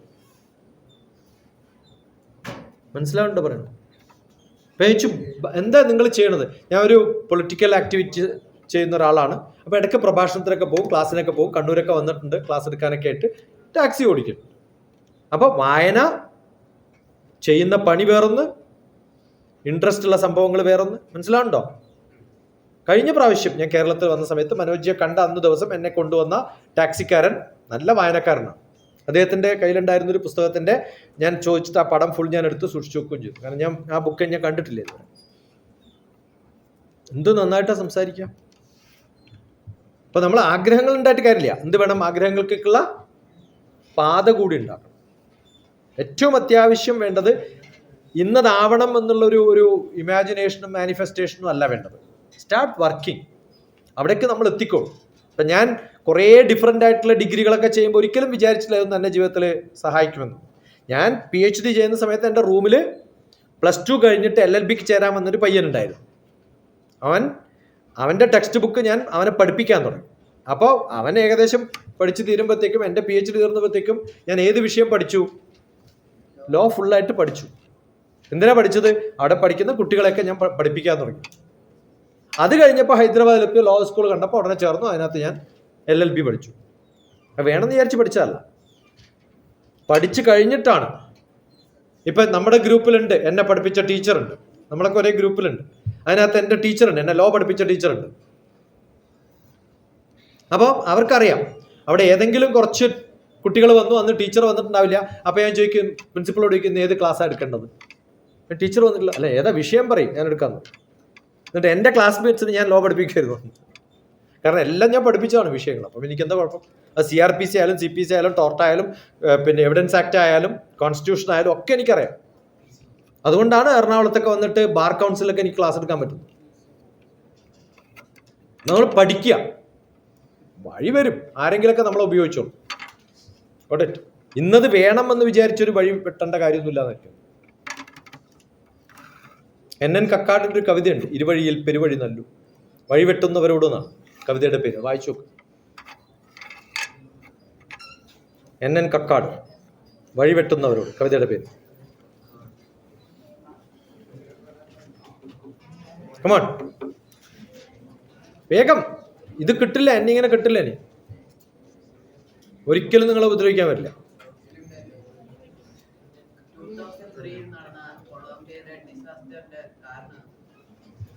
കൽപ്പന അവിടെ ട്രാവൽ ചെയ്ത സ്പേസ് ഷിപ്പ് ഡിസ്ട്രോ ആയി പോയതിന്റെ കാരണം എനിക്ക് കറക്റ്റ് ആയിട്ട് അതറിയില്ല. സ്പേസ് ഷിപ്പ് എന്ന് പറയുന്നത് എത്ര കിലോമീറ്റർ ഹൈറ്റിലാണ് മോനെ? അതെ, സ്പേസ് ഷട്ടില് അവിടെ പോയി എത്തിയിട്ട് ആ സ്പേസ് ഷിപ്പ് അവിടെ കൊണ്ടുവെക്കുന്ന ഷട്ടിൽ എന്ന് പറയുന്ന ഇതേപോലൊരു ലാബോറട്ടറി ആണ്. അത് എത്ര കിലോമീറ്റർ ആണെന്നറിയോ? 140 കിലോമീറ്റേഴ്സ് വരെ അറ്റ്മോസ്ഫിയർ ഉണ്ട്. എത്ര വരെ ഉണ്ട്? അതിന്റെ മുകളിൽ കൊണ്ടുവച്ചാലാണ് അവിടെ നമുക്ക് ഗ്രാവിറ്റി പുള്ള് ചെയ്യാതെ ഒരു ലാബോറട്ടറി ഉണ്ടാക്കാൻ പറ്റുക. അത് കൽപ്പന ചൗള മാത്രമല്ല, ആര് പോയാൽ. അങ്ങനെ ഒരു രാജ്യം പോയിട്ട് ഇതേപോലൊരു ബിൽഡിങ്, ഒരു ലാബോറട്ടറി ഉണ്ടാക്കിയിട്ട് അവിടെ കുറച്ച് പേരൊക്കെ താമസിച്ച് ലാബൊക്കെ ഉണ്ടാക്കി അവിടെ വെക്കും. അടുത്ത രാജ്യക്കാരൻ വന്നിട്ട് എന്ത് ചെയ്യും? അതുമായിട്ട് കണക്ട് ചെയ്ത് തൊട്ടടുത്തൊരു ബിൽഡിംഗ് പോലെ ഉണ്ടാക്കും. അത് രണ്ടും കൂടി നെറ്റ്വർക്ക് കണക്ഷനും ഒരു ഡോറൊക്കെ ഉണ്ടാവും. അങ്ങനെ കുറേ ആൾക്കാരുണ്ടാക്കിയിട്ടുള്ള കുറേ സ്ഥലങ്ങളുണ്ട്. 2-3 കാര്യങ്ങളാണ്. ഒന്ന് കൊണ്ടുവിടുമ്പോൾ പ്രശ്നങ്ങളൊന്നും ഉണ്ടാവില്ല, തിരിച്ചു വരുമ്പോൾ ചിലപ്പോൾ പ്രശ്നങ്ങൾ ഉണ്ടാവും. നമ്പർ 1. നമ്പർ 2, അത് സ്പേസിൽ പോയാലും അതേപോലെ സബ്മറൈൻസിൽ പോയാലും. ഇപ്പൊ തിരിച്ചു വന്നു എന്ന് പറയുമ്പോൾ നമ്മൾ അറിയാം, ഒരു സ്പേസിൽ പോയി തിരിച്ചു വന്നാൽ നമ്മുടെ ഈ അറ്റ്മോസ്ഫിയറിൽ നിന്ന് മാറുമ്പോൾ, ഞാൻ പറഞ്ഞല്ലോ ഇന്നലെ, ശ്വസിക്കുന്നത് മൂക്കിലൂടെ മാത്രമല്ല, അപ്പൊ അവർക്ക് ട്യൂബൊക്കെ ഇട്ട് കൊടുത്തിട്ടുണ്ടാവും. ഓരോ, അല്ലെങ്കിൽ അവർ താമസിക്കുന്ന ചേംബറിനകത്ത് എല്ലാം കൺട്രോൾഡ് ആണ്. 1 ഡോറല്ല, 2 ഡോറല്ല, 3 ഡോർ കഴിഞ്ഞിട്ടാണ് പുറത്തേക്ക് വരിക. സബ്മറൈനിലും അങ്ങനെയാണ്. കാരണം ഫസ്റ്റ് ഡോർ തുറന്നാൽ തന്നെ കടലായം തോറ്റും. ഡോർ തുറക്കുമ്പോൾ തന്നെ വെള്ളം കട അടിക്കില്ലേ? അപ്പോൾ 1 ഡോർ അടച്ചു, ഒരു സ്ഥലത്തെത്തി. 2ാമത്തെ ഡോർ അടിച്ചു, അതിലും പുറത്തെത്തി. 3ാമത്തെ ഡോർ അടക്കുമ്പോൾ കടലില്ല. അപ്പോൾ കുറച്ച് വെള്ളം അതിനകത്ത് കയറും. എന്നിട്ട് എന്ത് ചെയ്യും? പമ്പ് ചെയ്ത് കളഞ്ഞിട്ട് അടുത്ത പ്രാവശ്യം കയറുമ്പോൾ, അടുത്ത പ്രാവശ്യം കയറി അകത്ത് കയറുമ്പോൾ ഒന്നുമില്ലാത്ത നല്ല ഓഫീസും നല്ല വീടും ഒക്കെ ആയിരിക്കും. അതിനകത്തൊക്കെ പോയിട്ടുണ്ട്, സബ്മറൈൻസിലൊക്കെ പോയിട്ടുണ്ട്. അപ്പോൾ അത്തരം സംഭവങ്ങളിലൊക്കെ അവർ ജീവിക്കുമ്പോൾ അവർക്ക് ജീവിക്കാനുള്ള സ്ഥലത്ത് കംപ്ലീറ്റ് അറ്റ്മോസ്ഫിയർ ഒക്കെ സെറ്റ് ചെയ്ത് കൊടുക്കും. അതൊക്കെ മുകളിൽ നിന്ന് പാരാമീറ്റർ വെച്ചിട്ട് മെഷർ ചെയ്യും. പുറത്ത് നിൽക്കുന്നവരെന്ത് ചെയ്യും? അവർ പോകുന്ന സമയത്ത് എല്ലാ ആവശ്യമുള്ള എയറൊക്കെ കൃത്യമായിട്ട് കൊടുത്തുകൊണ്ടിരിക്കും. പക്ഷെ അറ്റ്മോസ്ഫിയറിൽ എന്തില്ല? ഈ എൻവറോൺമെന്റ് അല്ല. അപ്പൊ ശരീരത്തിനുള്ളിലൊക്കെ എന്ത് കയറും? അതിനാണ് അവർ കംപ്ലീറ്റ് ആയിട്ട് കവർ ചെയ്യുന്നത്. എന്നാലും ചില ഭാഗങ്ങളിലൊക്കെ ചിലതൊക്കെ കറഞ്ഞു കഴിഞ്ഞാൽ അവരതുപോലെ ബിക്കം സിക്ക്. അതിന് ആദ്യം എഫക്റ്റ് ചെയ്യുന്നത് അവരുടെ ശരീരത്തിന്റെ സ്റ്റിഫാവും, ഫ്രജൈലാവും, ബോൺസ് ഒക്കെ പൊട്ടിപ്പോവും. അങ്ങനെ പല സംഭവങ്ങളും പറ്റും. ഓട്ടെ, നമ്മൾ പണ്ട് പഠിച്ചിട്ടില്ലേ, മൂണിന്റെ മുകളിൽ കയറിയിട്ട് ഏതോ 2 ആൾ തിരിച്ചു വന്നു എന്നൊക്കെ.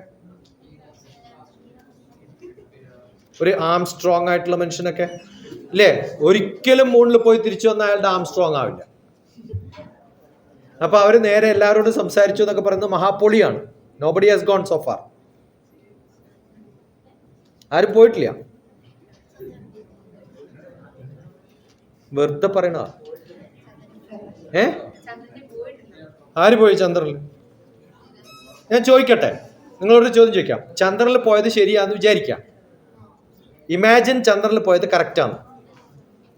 അങ്ങനെയാണെങ്കിൽ ചന്ദ്രൻ എത്ര ദൂരെയാ? 3 ലക്ഷം കിലോമീറ്റർ ദൂരം. ഈ 200 കിലോമീറ്റർ പോയിട്ട് തിരിച്ചു വരുമ്പോൾ വലിയ ആഘോഷം നടത്തുന്നില്ലേ നമ്മളെല്ലാവരും, അമേരിക്കക്കാരൊക്കെ?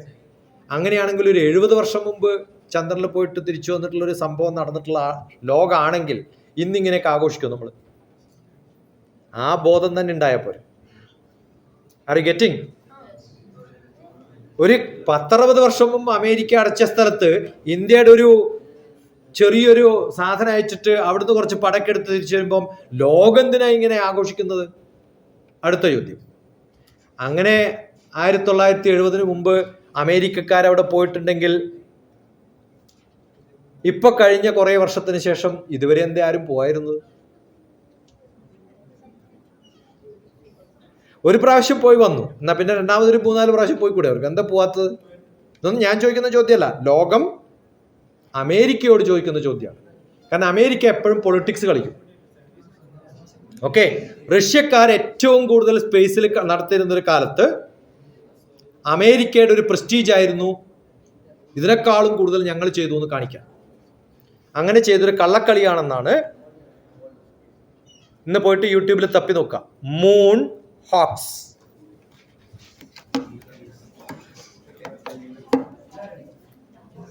ഞാൻ വിശ്വസിക്കുന്നുണ്ടോ ഇത് കറക്റ്റ് ആണോ എന്ന് നിങ്ങൾ അന്വേഷിക്കരുത് കേട്ടോ.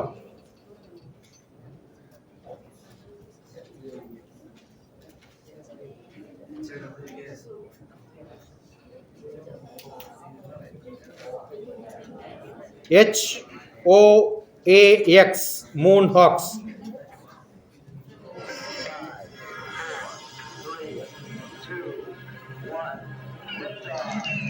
50 years on, the feud continues as a surprising number of people still believe that we never landed on the moon.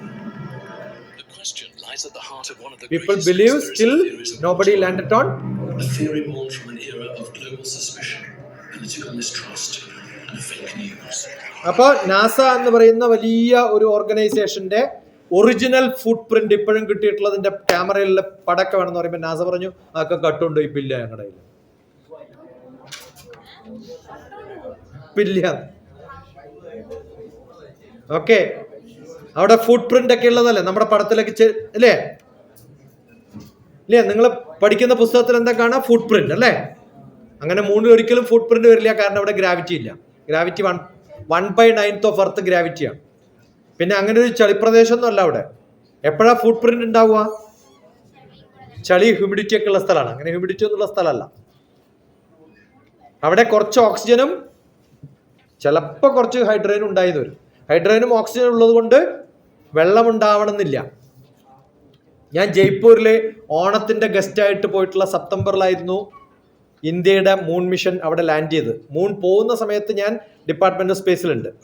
അപ്പം അന്ന് ഓൾ ഇന്ത്യ റേഡിയോയിൽ ജനങ്ങളുടെ ചോദ്യത്തിന് ഉത്തരം പറഞ്ഞത് ഞാനാണ്. എന്തിനാണ് ഈ പാവപ്പെട്ട രാജ്യം കുറേ കാശൊക്കെ മുടക്കിയിട്ട് മൂണിലേക്കൊക്കെ പോകുന്നത്, മിഷനൊക്കെ അയക്കുന്നത്? വൈ ആർ യു സ്പെൻഡിങ്, ആപ് ക്യോം ബർബാദ് കർ റാ ഹമാരാ പൈസ ഒക്കെ ചോദിക്കും. അപ്പം ഞാൻ ഉത്തരം പറയണം. അത് കഴിഞ്ഞ് അവിടെ എത്തി ലാൻഡ് ചെയ്ത സമയത്ത് ഞാൻ ജയ്പൂരിൽ ഓണത്തിന് പ്രോഗ്രാമിൽ ഗസ്റ്റായിട്ട് പ്രസംഗിച്ചുകൊണ്ടിരിക്കുമ്പോൾ ഒരാൾ ചോദിച്ച ചോദ്യം, അന്നത്തെ മനോരമയിലെങ്ങാണ്ട് വന്നത് ചന്ദ്രനിൽ വെള്ളമുണ്ട് എന്നാണ്. എന്താണ് വെള്ളമുണ്ട്? അന്നാണ് ആകെ കുറെ ആൾക്കാർ ജയ്പൂരിലൊക്കെ വെള്ളമുണ്ട കൊടുത്തിട്ട് വരിക. അപ്പൊ ഞാൻ പറഞ്ഞു അത് മാധവൻ നായർ അഴിച്ചു വെച്ച മുണ്ടായിരിക്കുന്നു, ചന്ദ്രനിൽ വെള്ളമുണ്ട്.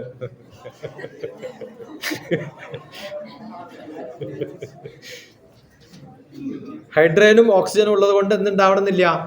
വെള്ളമുണ്ട് ഉണ്ടാവണമെന്നില്ല. ഓക്കെ, വെള്ളമുണ്ട് ഉണ്ടാവണമെങ്കിൽ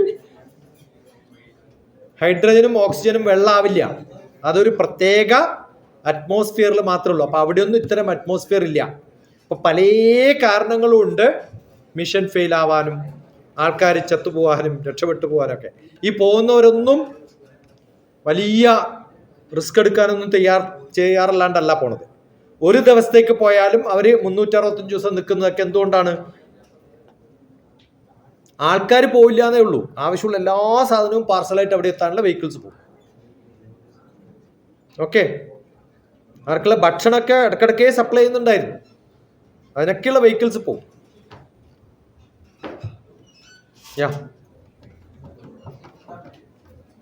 ഇപ്പോഴത്തെ സോഷ്യൽ മീഡിയയിൽ നമ്മൾ ഇടക്കിടക്ക് കേട്ടിരുന്ന ഒരു വാക്കാണ് ഡീപ് സ്റ്റേറ്റ് അല്ലെങ്കിൽ ഇലുമിനാറ്റി. അപ്പോൾ അതിനെക്കുറിച്ച് താങ്കളുടെ അഭിപ്രായം എന്താണ് ഡീപ് സ്റ്റേറ്റ്? ഒരു സീക്രട്ട് സൊസൈറ്റി എന്നൊക്കെയാണോ എല്ലാവരും പറയുന്നത്? അതെ, എന്താണത് പറ. ലോകത്തിന്റെ എക്കണോമി തന്നെ കൺട്രോൾ ചെയ്യുന്ന കുറെ, എന്റെ അണ്ടർസ്റ്റാൻഡിംഗ് ആണ് പറയുന്നത്, ശരിയാണോ? ഇതൊക്കെ എനിക്ക് ഞാൻ പറഞ്ഞില്ലേ, സോഷ്യൽ മീഡിയയിൽ അങ്ങനെയുള്ള കുറേ സംഭവങ്ങൾ വരും. പക്ഷെ ഇന്ന് ലോകത്തിന്റെ എക്കണോമി തീരുമാനിക്കുന്ന ആരാ? ഇന്ന് ലോകത്തിന്റെ എക്കണോമി തീരുമാനിക്കുന്ന, ഏറ്റവും കൂടുതൽ പ്രശ്നങ്ങൾ ഉണ്ടാക്കിയിട്ട് ലോകത്തിന്റെ എക്കണോമി കൺട്രോൾ ചെയ്യാൻ ശ്രമിക്കുന്ന ആരാ? അമേരിക്കൻ പ്രസിഡന്റാണ്. ആണോ അല്ലയോ? ഇനി അമേരിക്കൻ പ്രസിഡന്റിനെ വെല്ലുവിളിക്കേണ്ട തരത്തിൽ നമ്മൾ എക്കണോമി കൺട്രോൾ ചെയ്യണം എന്ന് വിചാരിച്ചാൽ എന്ത് ചെയ്യണം? അത്തരം സോഷ്യൽ മീഡിയ അല്ലെങ്കിൽ മാർക്കറ്റ്, ആ മാർക്കറ്റൊക്കെ ഉണ്ടാവണമെങ്കിൽ നമ്മൾ എന്തുണ്ടാക്കണം? ആദ്യം പ്രോഡക്ട്സ് ഉണ്ടാക്കണം. മനസ്സിലായോ? എപ്പോഴാണ് എക്കണോമി ഏറ്റവും കൂടുതൽ സ്ട്രോങ് ആവുക? പ്രൊഡക്ഷൻസ് ഉണ്ടാവുമ്പോൾ. ഇപ്പൊ ലോകത്തിന്റെ ഏറ്റവും നല്ല പോലെ കൺട്രോൾ ചെയ്യുന്ന, എക്കണോമി സ്ട്രോങ് ആവാനുള്ള ഏറ്റവും നല്ല മാർഗം ഡീപ് സ്റ്റേറ്റോ അമേരിക്കൻ പ്രസിഡന്റോ ഒന്നുമല്ല. ബേസിക് നീഡ്സ് പ്രൊഡക്ഷനാണ്. ഭക്ഷണമാണ് ഏറ്റവും വലിയ, അഗ്രികൾച്ചറിലാണ് ലോകത്തിന്റെ ഏറ്റവും വലിയ സമ്പാദ്യം. ഇപ്പം ഉക്രൈനും റഷ്യയും തമ്മിലുള്ള യുദ്ധത്തിൽ ഏറ്റവും വലിയ പ്രശ്നം എന്ന് പറയുന്നത് എന്താണ്? ഉക്രൈൻ നല്ലപോലെ അഗ്രികൾച്ചറൽ പ്രൊഡക്ഷനുള്ള ഒരു രാജ്യമാണ്. മനസ്സിലാവുണ്ടോ? ആഫ്രിക്കയുടെ സ്ട്രെങ്ത് എന്താണ്? They have lot of production. നമ്മൾ ഉണ്ടാക്കുന്ന ഈ സെൽഫോണുകളിലൊക്കെ എത്ര ശതമാനം? 80% സെൽഫോൺസ് ആർ മെയ്ഡ് ഇൻ. ലാപ്ടോപ്പുകളിൽ about 90% laptops are made in China.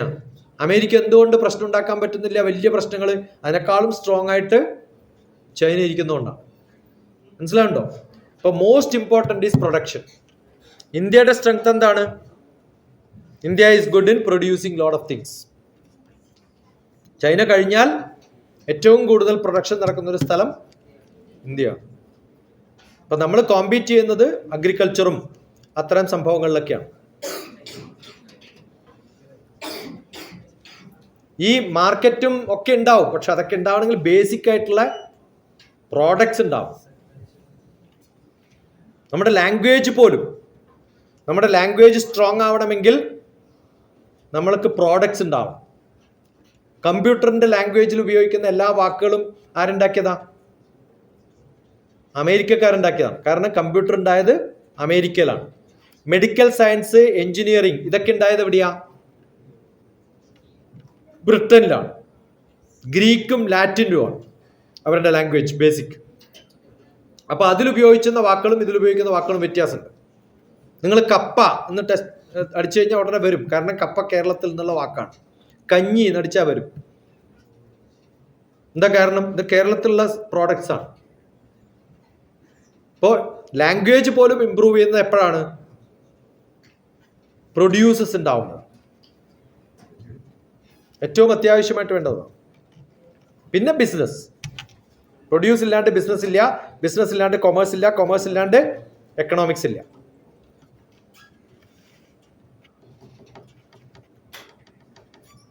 ഓയിലാണ് one of the largest economy.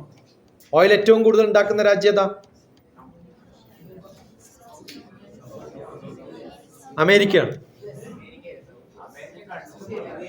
നിങ്ങൾ പോകുന്ന സമയത്ത് പല സ്ഥലത്തും കാണും, നമ്മളെ ഈ വാട്ടർ പൈപ്പിൽ ഇങ്ങനെ അടിച്ചിട്ട് വെള്ളം വരുന്നത് കാണാനില്ലേ?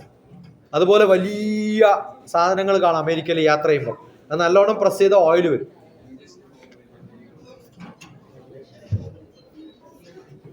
ഗൾഫ് രാജ്യങ്ങളിൽ വളരെ പൊട്ടൻഷ്യലായിട്ട് ഹൈ ക്വാണ്ടിറ്റിയിൽ ഒരേ സ്ഥലത്ത് ഉത്പാദിപ്പിക്കാൻ സാധിക്കുന്നുണ്ട്. That's correct. കുവൈത്തും സൗദി അറേബ്യയും ഒക്കെ നല്ലോണം ഉപയോഗിക്കും ഉണ്ടാക്കുന്ന രാജ്യങ്ങൾ. അതുകൊണ്ടാണ് ഗൾഫ് ഭാഗത്ത്, ഏഷ്യ ഭാഗത്ത് സൗദി അറേബ്യ ഹൈലി പൊട്ടൻഷ്യലായിട്ട് ബാക്കിയുള്ളവരൊക്കെ ഡിക്റ്റേറ്റ് ചെയ്യാൻ പറ്റുന്നത്. Yeah, come on. Another few minutes.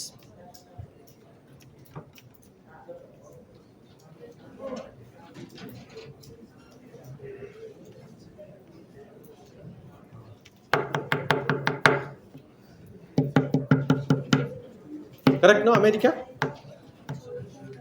How can we defeat stage fright? Come, ഇങ്ങോട്ട് വാ. ഈ സ്റ്റേജ് ഫ്രൈറ്റ് ഇല്ലാണ്ടിരിക്കാനാണ് ഈ പോഡിയം എന്ന് പറയുന്ന ഒരു സാധനം തന്നിട്ടുള്ളത്. കാരണം ഇവിടെ പിടിക്കുമ്പോൾ നമുക്കൊരു ധൈര്യം ഉണ്ടാവും. പിന്നെ ആദ്യം വിചാരിക്കേണ്ടത് ഇവരെല്ലാം മണ്ടന്മാരാണ്, എനിക്ക് ഏറ്റവും മനസ്സിലായോ? ഈ രണ്ട് കാര്യം ഉണ്ടെങ്കിൽ നിങ്ങൾക്ക് എന്തും ചെയ്യാം. മാത്തമാറ്റിക്സ് ഇഷ്ടമാണ്. ആ, ഇവിടെ നിൽക്കാം. ഇത് ഒരു മാട്രിക്സ് ആണ്. പഠിച്ചില്ല മാട്രിക്സ്? 1 1 1 2 1 3 ഇല്ലേ? അപ്പൊ ഇതൊരു കോളം ഉണ്ടെന്ന് വിചാരിക്കാം. ഇത് 1 ആണ്, ഇത് ഫസ്റ്റ് റോ, ഇത് 1 2 3 4. ഓക്കെ, ഇത് 2 2 2 2 2 3 2 4 ആണോ? അല്ലെങ്കിൽ 1 2 3 മാത്രം. ഇത് 1 1, ഇത് 1 2, ഇത് 1 3 2 1 2 2 2 3 3 1 3 2 3 മൂന്ന് മാട്രിക്സ് ഇല്ലേ? അപ്പൊ ഒന്ന് നിൽക്കവിടെ 1 1 നിൽക്കും. അത് കഴിഞ്ഞിട്ട് ഞാൻ 1 2 1 എന്ന് പറയുമ്പോ ഏതാ 2 1 ഇതല്ല. അപ്പൊ ഒരു കാലം അവിടത്തേക്ക് മാറ്റും. എന്നിട്ട് ഞാൻ 2 2 എന്ന് പറയുമ്പോ അടുത്ത കാലം അവിടത്തേക്ക് മാറ്റും. Fine, do it. 1 1 1 2 2 1 2 2 1 3. ഇതൊക്കെ വല്ല സ്റ്റേജ് ഫിയർ. ഇപ്പൊ ഞാൻ ചെയ്യിപ്പിച്ചെന്താ? അത് ഫാസ്റ്റ് ആയിട്ട് ചെയ്താൽ നിങ്ങൾ ഡാൻസ് പഠിച്ചു. മനസ്സിലായോ? ഇതാണ് എക്സ് ആക്സിസ്. ഓക്കെ, ഇത് എക്സ് ആക്സിസ് അല്ല, ഇത് വൈ ആക്സിസ്, ഇത് X axis. Okay, X equal to Y ഇതിപ്പോ എക്സ് ഈക്വൽ ടു വൈ ആയി ആണല്ലോ. എക്സ് ഈക്വൽ ടു 0 അതാണ് വൈ ആക്സിസ്. അപ്പൊ എന്ത് ചെയ്യണം? നിങ്ങൾ കൈ കണ്ടോ, ഇത് x equal to 0 അല്ലേ, y equal to 0. Yes, now x square plus y square is equal to 9. Circle. Understood? നമ്മൾ മാത്സ് ഡാൻസ് പഠിച്ചിട്ടില്ല പോലെ.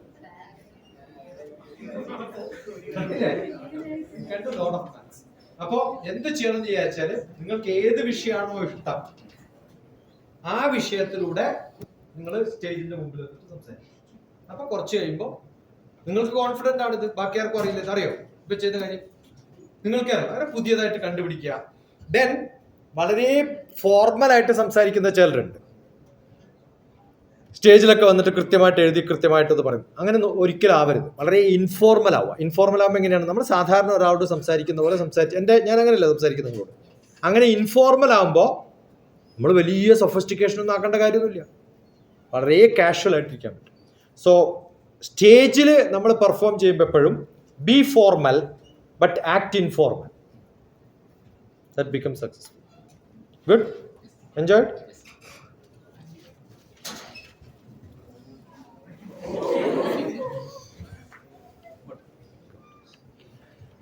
സ്റ്റേജ് ഫിയർ ഉള്ളത് കൊണ്ട് 8 കൊല്ലൊക്കെ പാടാത്ത ആൾക്കാരുണ്ട്. പാടുന്ന ആളാണ്, പക്ഷെ എന്തോ ഒരു പ്രശ്നം വന്നു, stage fear. It's not that simple. 8 വർഷമായിട്ട് പാടില്ല എന്ന് തീരുമാനിച്ച ഒരാളെ ഞാൻ അനന്തപൂർ എന്ന് പറയുന്ന സ്ഥലത്ത് സ്റ്റേജിൽ വന്നിട്ട് അസലായിട്ട് അവൻ പാടി. അവൻ്റെ ഫ്രണ്ട്സൊക്കെ അവസാനം പറഞ്ഞു, ഒരിക്കലും വിചാരിച്ചിട്ടില്ല ഇവനിങ്ങനെ പാടാൻ പറ്റും. നല്ല പാട്ടുകാരനായിരുന്നു. He stopped. ഒരു ലഞ്ച് കഴിഞ്ഞ് വന്നിട്ടുള്ള ഫസ്റ്റ് സെഷനിൽ വി വർ ജസ്റ്റ് ഡിസ്കസിങ്. അവനിങ്ങനെ വന്ന് എൻ്റെ അടുത്ത് വന്ന് പറഞ്ഞു ലഞ്ച് കഴിഞ്ഞപ്പോൾ, എനിക്ക് വല്ലാണ്ട് ഫിയറാണ്, മുകളിൽ വന്ന ഒന്നും വരില്ല. അപ്പോൾ ശരിക്കും സ്റ്റേജ് ഫിയർ ഉണ്ടെങ്കിൽ I would have done something else. അതില്ല എന്നുള്ളത് കൊണ്ടാണ് I did all this. Okay, so you don't have stage fear. ഉണ്ടോ? ഇല്ലല്ലോ. വേറെ ആർക്കോ വേണ്ടി ചോദിച്ചതാ? അല്ല, എന്താ പറയേണ്ടതെന്ന് അറിയണം. ഓക്കെ, ആദ്യം ചെയ്യേണ്ടത് നമുക്ക് ചെയ്യാൻ പറ്റുന്ന സംഭവങ്ങൾ എല്ലായിടത്തും എവരി ഓപ്പർച്യൂണിറ്റി യൂസ് ഇറ്റ്. ആർക്കെങ്കിലും സ്റ്റേജ് ഫിയർ ഉണ്ടെങ്കിൽ ഇതാണ് ഏറ്റവും നല്ല സ്ഥലം. You can come. അതൊക്കെ മാറിക്കിട്ടും.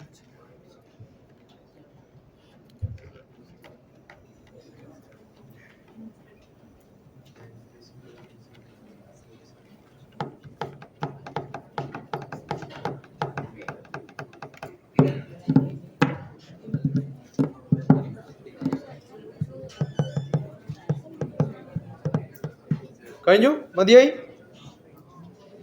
യാ,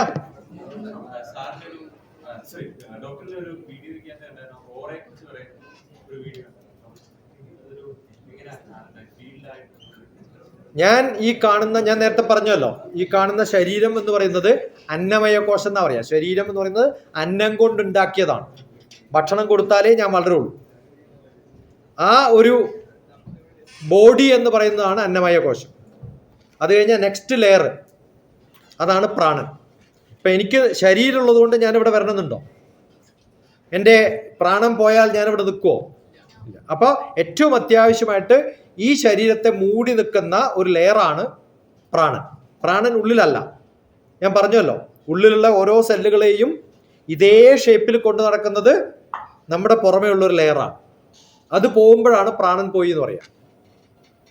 ഓക്കെ, അപ്പോൾ ഈ സെല്ലുകളൊക്കെ ഡീജനറേറ്റ് ചെയ്തു. ഇപ്പോൾ പ്രാണമയ കോശം, ഫസ്റ്റ് കോശം അന്നമയ കോശം, നെക്സ്റ്റ് പ്രാണമയ കോശം. അതിനും ഉള്ള ഒരാളും പ്രാണൻ ഉണ്ടായാലും ഞാനിവിടെ വരണമെന്നില്ല. എനിക്കെന്ത് വേണം? വരാനുള്ളൊരു മനസ്സ് വേണം. അതിനാണ് മനോന്മയ കോശം. അതാണ് നെക്സ്റ്റ് ലെയർ എന്നാ പറയാം. ഫൈൻ. അത് കഴിഞ്ഞിട്ടുള്ളതാണ് വിജ്ഞാനമയ കോശം. ആഗ്രഹമുള്ള കുറേ പേരുണ്ടാവും. എല്ലാവരും ഇവിടെ കൊണ്ടു നിർത്തുമോ? ഇല്ല. വിജ്ഞാനമുണ്ടെന്ന് തോന്നുമ്പോഴാണ് നമ്മൾ വിളിക്കുക. അപ്പോൾ വിജ്ഞാനമയ കോശം. അതുണ്ടായിട്ടും നമ്മൾ കൊടുക്കുന്ന സമയത്ത് എനിക്ക് സന്തോഷമില്ല, ഞാൻ എൻജോയ് ചെയ്യുന്നില്ലെങ്കിൽ നിങ്ങൾ സഫർ ചെയ്താൽ എനിക്ക് കുഴപ്പമൊന്നുമില്ല. I am enjoy. ഞാൻ എൻജോയ് ചെയ്യാണ്ടിരുന്ന എന്തായാലും നിങ്ങൾക്ക് എൻജോയ് ചെയ്യാൻ പറ്റില്ല. പറ്റുമോ? അപ്പോൾ ആദ്യം ആരെൻജോയ് ചെയ്യണം? ഞാൻ എൻജോയ് ചെയ്യും. ഇപ്പോൾ ശരീരത്തിൽ മനുഷ്യൻ്റെ ഏറ്റവും വലിയ കഴിവെന്ന് പറയുന്നത് I know how to enjoy എന്ന്. നമ്മുടെ എല്ലാ നൃത്യ നാട്യ എല്ലാ സംഭവങ്ങളും നോക്കിയാൽ അവസാനം എന്തുകൊണ്ടാണ് ഇവർ ഈ പൊളിറ്റിക്സിൽ, എന്തുകൊണ്ടാണ് ഇയാൾ ജഡ്ജായത്, എന്തുകൊണ്ടാണ് ഇയാൾ സക്സസ്ഫുൾ പ്രൈം മിനിസ്റ്റർ ആയത്? He is enjoy. അത് കുറേ പേരെ നമുക്ക് ഇൻഫ്ലുവൻസ് ചെയ്യാൻ പറ്റുമ്പോൾ ആ എൻജോയ്മെന്റ് കൂടി വന്ന് you reach into many people. അങ്ങനെ കുറേ ആളിലേക്ക് എത്തുമ്പോഴാണ് അതിന് നമ്മൾ aura reaches into many people എന്ന് പറയാം. Got it? He has high aura എന്ന് പറഞ്ഞ എന്താ അർത്ഥം? Is able to reach out to large number of people. അതുകൊണ്ടാണ് ഈ ഭഗവാനെയൊക്കെ വരയ്ക്കുമ്പോൾ ചുറ്റും ഒരു പ്രഭാവലയം വരയ്ക്കും, കണ്ടില്ലേ, ഒരു ലൈറ്റ്. അത് represents that they are able to influence lot of people. Okay, so aura is a energy level, conceptual level. അന്നമയ, പ്രാണമയ, മനോന്മയ, വിജ്ഞാനമയ, ആനന്ദമയ കോശം മേ ശുദ്ധ്യന്താം. ഇതൊക്കെ ശുദ്ധമാക്കണേ എന്ന് പ്രാർത്ഥിക്കുന്നത് ഞാൻ രാവിലെ ചൊല്ലിയ പ്രാണാപാന വ്യാനോധാന സമാനത്തിന്റെ അവസാനം വരുന്ന ചില വാക്കുകളാണ്. സോ എൻ്റെ എല്ലാ കോശങ്ങളും ശുദ്ധമാവണം. അത് ഏത് ലെവലിൽ വർക്ക് ചെയ്യുന്ന ആളായാലും. അതല്ലെങ്കിൽ അവിടെ എവിടെയെങ്കിലൊക്കെ ചെറിയ ലീക്കേജ് വരും. ആനന്ദമയ കോശത്തിൽ ലീക്കേജ് വന്നാൽ വിജ്ഞാനത്തിൽ മറന്നുപോകും.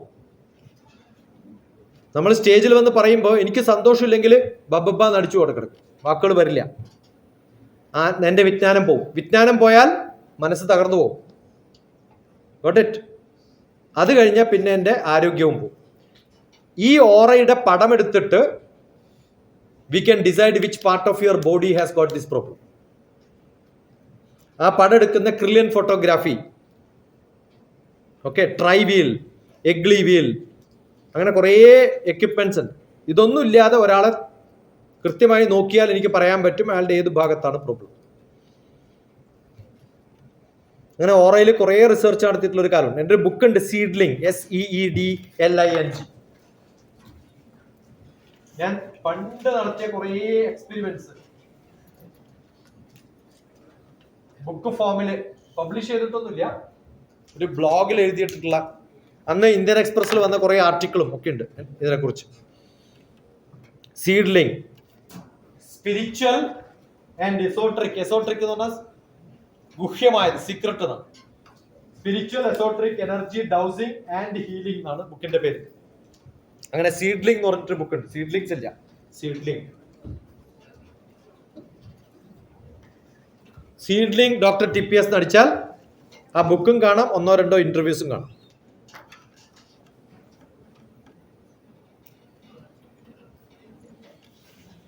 Yeah.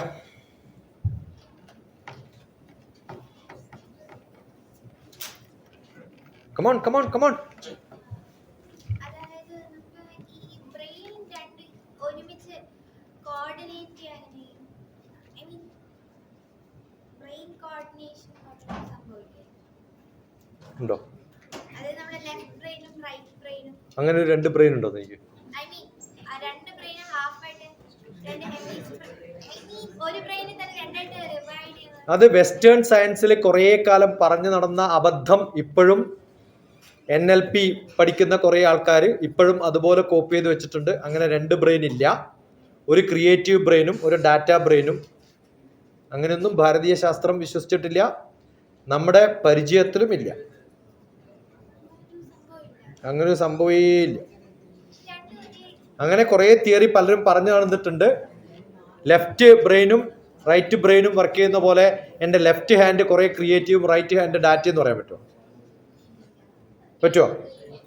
ഇതൊക്കെ ക്രോസ് സർക്കുലേറ്റിംഗ് ആണ്.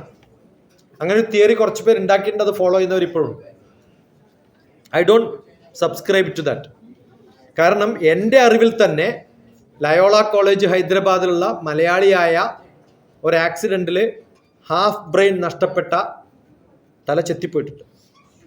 അദ്ദേഹത്തെ അതുപോലെ ഇപ്പോൾ പഠിപ്പിക്കാൻ ഏൽപ്പിച്ചിട്ടുണ്ട്. ആ ലെവലിലേക്ക് കൊണ്ടുവന്നത് ഞാൻ കൊടുത്തിട്ടുള്ള പ്രിസ്ക്രിപ്ഷനിൽ അദ്ദേഹത്തിന് മാറ്റം വരുത്തിയതാണ്.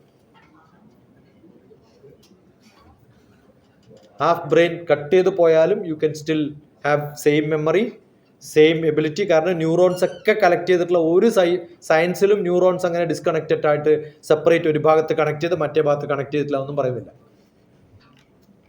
ഈ സൈക്കോളജിയിലുള്ള ചില NLP വാചകടിക്കുന്നവരല്ലാതെ സയൻസ് ബേസ് ചെയ്തിട്ടുള്ള ഏതെങ്കിലും ടെക്സ്റ്റ് ബുക്കുകളിൽ ഏതെങ്കിലും ഡോക്ടർമാർ ലെഫ്റ്റ് ബ്രെയിനും റൈറ്റ് ബ്രെയിനും പറയാറുണ്ടോ? നിങ്ങളുടെ ലെഫ്റ്റ് കണ്ണിന് ക്രിയേറ്റീവ് കണ്ണും മറ്റേത് സാക്ഷിയായിട്ട് കാണുന്നതെന്ന് പറയാൻ പറ്റും? ഈ ബ്രെയിൻ എന്ന് പറയുന്നതൊക്കെ നമ്മുടെ ന്യൂറോൺസിനെ കണക്ട് ചെയ്തിട്ടുള്ള ഓരോ അവയവത്തെയും കണക്ട് ചെയ്തിട്ട് വർക്ക് ചെയ്യിപ്പിക്കുന്ന ഒരു സംഭവമാണല്ലോ. ആണോ അല്ലയോ? അങ്ങനെയാണെങ്കിൽ എൻ്റെ അടുത്ത കണ്ണ് വളരെ ക്രിയേറ്റീവും വലത്തെ കണ്ണിനോ നോക്കിയാൽ എനിക്കൊന്നും ആസ്വദിക്കാൻ പറ്റില്ല, ഇതിൽ കൊണ്ട് ആസ്വദിക്കാൻ പറ്റും, ഇതിൽ കണ്ട ഡാറ്റ കാണാൻ പറ്റുന്ന പോലെ. ഇതെന്താ എൻ്റെ കുട്ടിയെ? ഇങ്ങനെ കുറേ, ഞാൻ പറയട്ടെ, കുറച്ച് കാലം ലയൺസ് ക്ലബ്ബിൽ വർക്ക് ചെയ്യുക, എന്നിട്ട് കുറച്ച് കാലം റബ്ബർ ടാപ്പ് ചെയ്യുക, എന്നിട്ട് അതൊക്കെ നഷ്ടത്തിൽ വന്നിട്ട് ഏതെങ്കിലും കച്ചവടം തുടങ്ങുക. ഇതൊന്നും പറ്റിയില്ലെങ്കിൽ NLP ഇൻസ്ട്രക്ടർ ആവുക. എന്നിട്ട് എവിടെ നിന്നൊക്കെയോ പഠിച്ചിട്ടുള്ള കുറെ പവർ പോയിന്റ് വെച്ചിട്ട് ക്ലാസ് എടുക്കുക. പവർ പോയിന്റ് വെച്ച് ക്ലാസ് എടുക്കാമല്ലോ അല്ലേ? എന്നത് വായിച്ചപ്പോരെ. അങ്ങനെ കുറെ ആൾക്കാരുള്ള സ്ഥലമാണ് കേരളം. വേറെ എവിടെയില്ല കേട്ടോ. ഇവിടുന്ന് അപ്പുറത്ത് കടന്നില്ല. NLP ഇല്ല, ഇത്തരം പരിപാടികളും. എന്തും വിൽക്കാൻ പറ്റുന്നൊരു സ്ഥലമാണ് കേരളം. കാരണം because you can market it. കുറേ വിദ്യാഭ്യാസം കഴിഞ്ഞിട്ട് ഒരു പണിയില്ലാണ്ട് നടക്കുന്ന കുറേ ആൾക്കാർ. ശരിക്കും പറയണം. അതുകൊണ്ട് സൈക്കോളജി റിലേറ്റഡ് ആയിട്ടുള്ള നോൺ മെഡിക്കൽ പ്രൊഫഷനിൽ നിന്ന് വന്നിട്ടുള്ള ചിലർ മാത്രം പറയുന്ന ഒരു സബ്ജക്റ്റാണ്.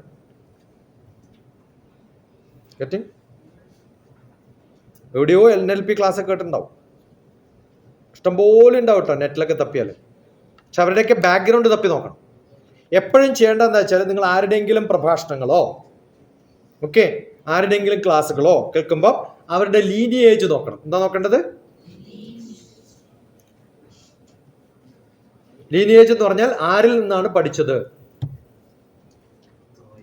സദാശിവ സമാരംഭ, ബാക്കി എന്താ? ശങ്കരാചാര്യ മധ്യമ, അസ്മദാചാര്യ പര്യന്തം, വന്ദേ ഗുരു പരമ്പര. ഞാൻ എത്ര പ്രാവശ്യം ബ്രഹ്മശ്രീ KPC അഞ്ചമ്പട്ടതിരിപ്പാടിന്റെ പേര് പറഞ്ഞുവിടെ ഇല്ലേ? സ്വാമി രാമയുടെ പേര് പറഞ്ഞുവിടെ ഇല്ലേ? അവരൊക്കെ ഒരു പരമ്പരയിൽപ്പെട്ടിട്ടുള്ള ആളാണ്. അങ്ങനെ പഠിക്കുമ്പോഴേ നമ്മൾ ആരാവൂ? പഴയ സിദ്ധാന്തവുമായിട്ട് കണക്ട് ചെയ്തിട്ടുള്ളൂ. ഞാൻ പറയുന്ന ഒന്നും ഞാൻ പറയുന്നതല്ല, അവരെ നമ്മളെ പഠിപ്പിച്ചിട്ടുള്ള ചില കാര്യങ്ങളാണ് പറയുന്നത്. അത് വ്യത്യസ്തമായ പേരുകളിലൊക്കെ പലയിടത്തും വരും. അതുകൊണ്ടാണ് നിങ്ങൾ ചോദ്യം ചോദിക്കുമ്പോൾ ഞാൻ ശങ്കരാചാര്യരിലും കോൺഷ്യസ്നെസ്സിലും ഒക്കെ എത്തുന്നത്. ഓക്കെ, ചിദാനന്ദ രൂപം ശിവോഹം ശിവോഹം. എന്ത് രഹസ്യമാണ്? ചിദാനന്ദ രൂപം. എവിടെയുള്ള രഹസ്യ? ചിദംബര രഹസ്യം. ചിദംബര രഹസ്യം എന്ന് അടിക്കുക. എന്നിട്ട് ചിദാനന്ദ രൂപം Shankaracharya doctor TPS, Ramana Maharshi doctor TPS. അപ്പൊ അവരുടെയൊക്കെ സ്ക്രിപ്റ്റേഴ്സ് വായിച്ച് പഠിച്ച് പഠിപ്പിക്കുന്ന ഒരാളാണ്. മനസ്സിലായോ?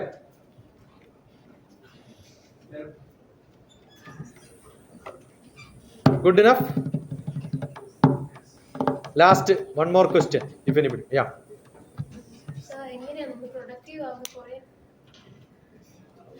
ഡോക്ടർ TPS നമ്മൾ കുറെ നാൾ പ്രൊഡക്റ്റീവ് ആവാന്ന് വെച്ചു. സ്കൂൾ തുടങ്ങുന്ന സമയത്ത് എല്ലാവർക്കും ഒരു ആരംഭശൂരത്വം ഉണ്ടല്ലോ. പഠിക്കുകയൊക്കെ ചെയ്യും, കുറെ നേരം പഠിക്കുകയൊക്കെ ചെയ്യും, രാവിലെ എഴുന്നേക്കും. പക്ഷെ ഒരു 3 months ലാസ്റ്റ് ചെയ്യത്തുള്ളൂ. അത് കഴിയുമ്പോൾ നമുക്കൊരു 3 months ഒക്കെ ലാസ്റ്റ് ചെയ്യോ? In my case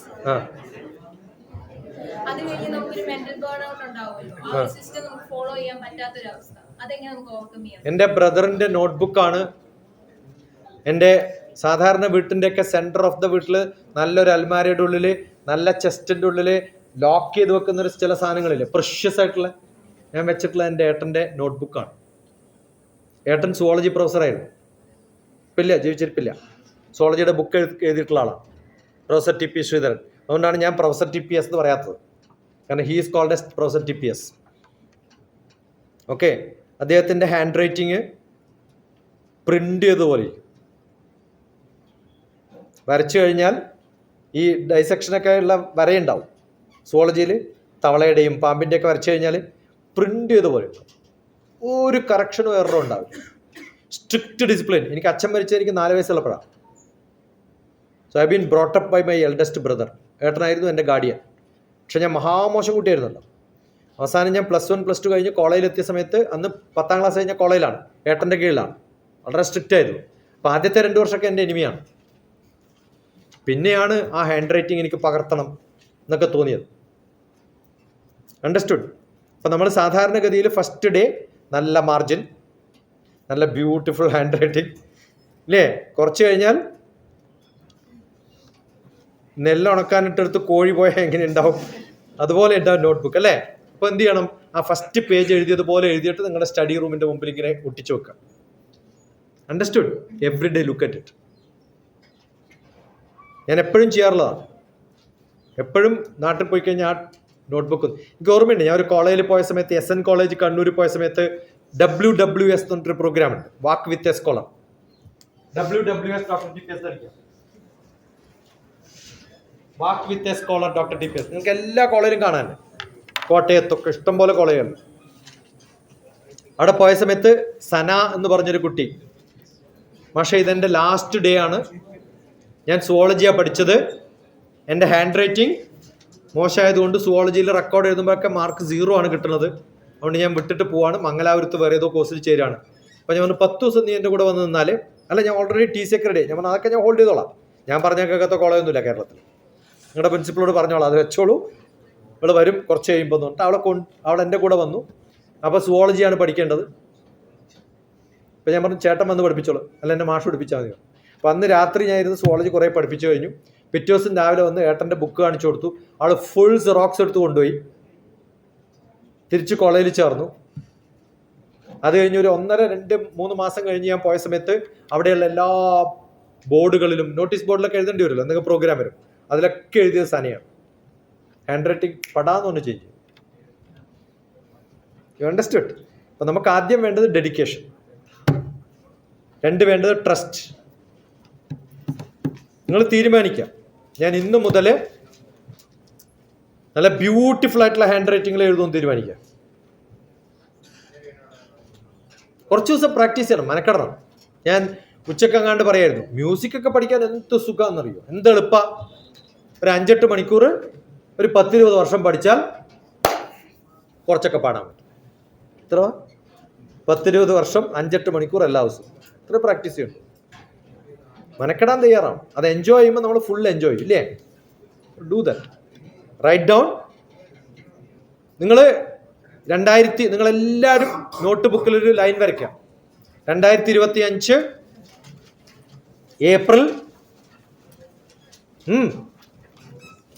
April 16. Fine. April, May, June, July, August, 5 മാസം. 5 മാസം കഴിയുമ്പോഴത്തേക്കും ഇൻഡിപെൻഡൻസ് ഡേ ആണോ? ഓഗസ്റ്റ് 15 വരുമല്ലോ. നിങ്ങളുടെ ടാർഗറ്റ് എന്താണ്? നിങ്ങൾ എന്താണ് ചെയ്യാൻ പോകുന്നത്? നിങ്ങൾ ഇപ്പം 11ാം ക്ലാസ്സാണ്, 11ാം ക്ലാസ് കണ്ടിന്യൂ ചെയ്യും. ഇനി 2 കൊല്ലം കഴിഞ്ഞ് 2027 ആകുമ്പോഴത്തേക്കും നിങ്ങൾ ഇവിടെ ഉണ്ടാവും. Make A target, make A nice chart. 2027 ആകുമ്പോഴത്തേക്കും ഞാൻ ഇന്ന് മെഡിക്കൽ കോളേജിൽ ഉണ്ടാവും, ഞാൻ ഇന്ന് എഞ്ചിനീയറിംഗ് കോളേജിലുണ്ടാവും, ഇന്ന് IIT-യിൽ ഉണ്ടാവും. ഫൈൻ. അവിടെ എത്തോ ഇല്ലയോ എന്നുള്ള വളരെ കാര്യം. Make A plan. ജീവിതത്തിൽ നിങ്ങൾ ഉണ്ടാവാൻ പോകുന്ന ഓരോ സ്റ്റെപ്പുകളിലും അടുത്ത 5 വർഷം ഇവിടേക്ക് ഉണ്ടാവും എന്ന് എഴുതി വെക്കുക. ഡൺ. Pass through that. മനസ്സിലാവുണ്ടോ? 2027 ആകുമ്പോഴേക്ക് എൻ്റെ വിവാഹം കഴിയും, 32 ആകുമ്പോഴത്തേക്ക് 4 പിള്ളേരുണ്ടാവും. അതേത് പക്ഷിക്കും ഉണ്ടാവും. 3 കൂട്ടിയിട്ടുള്ളൂ.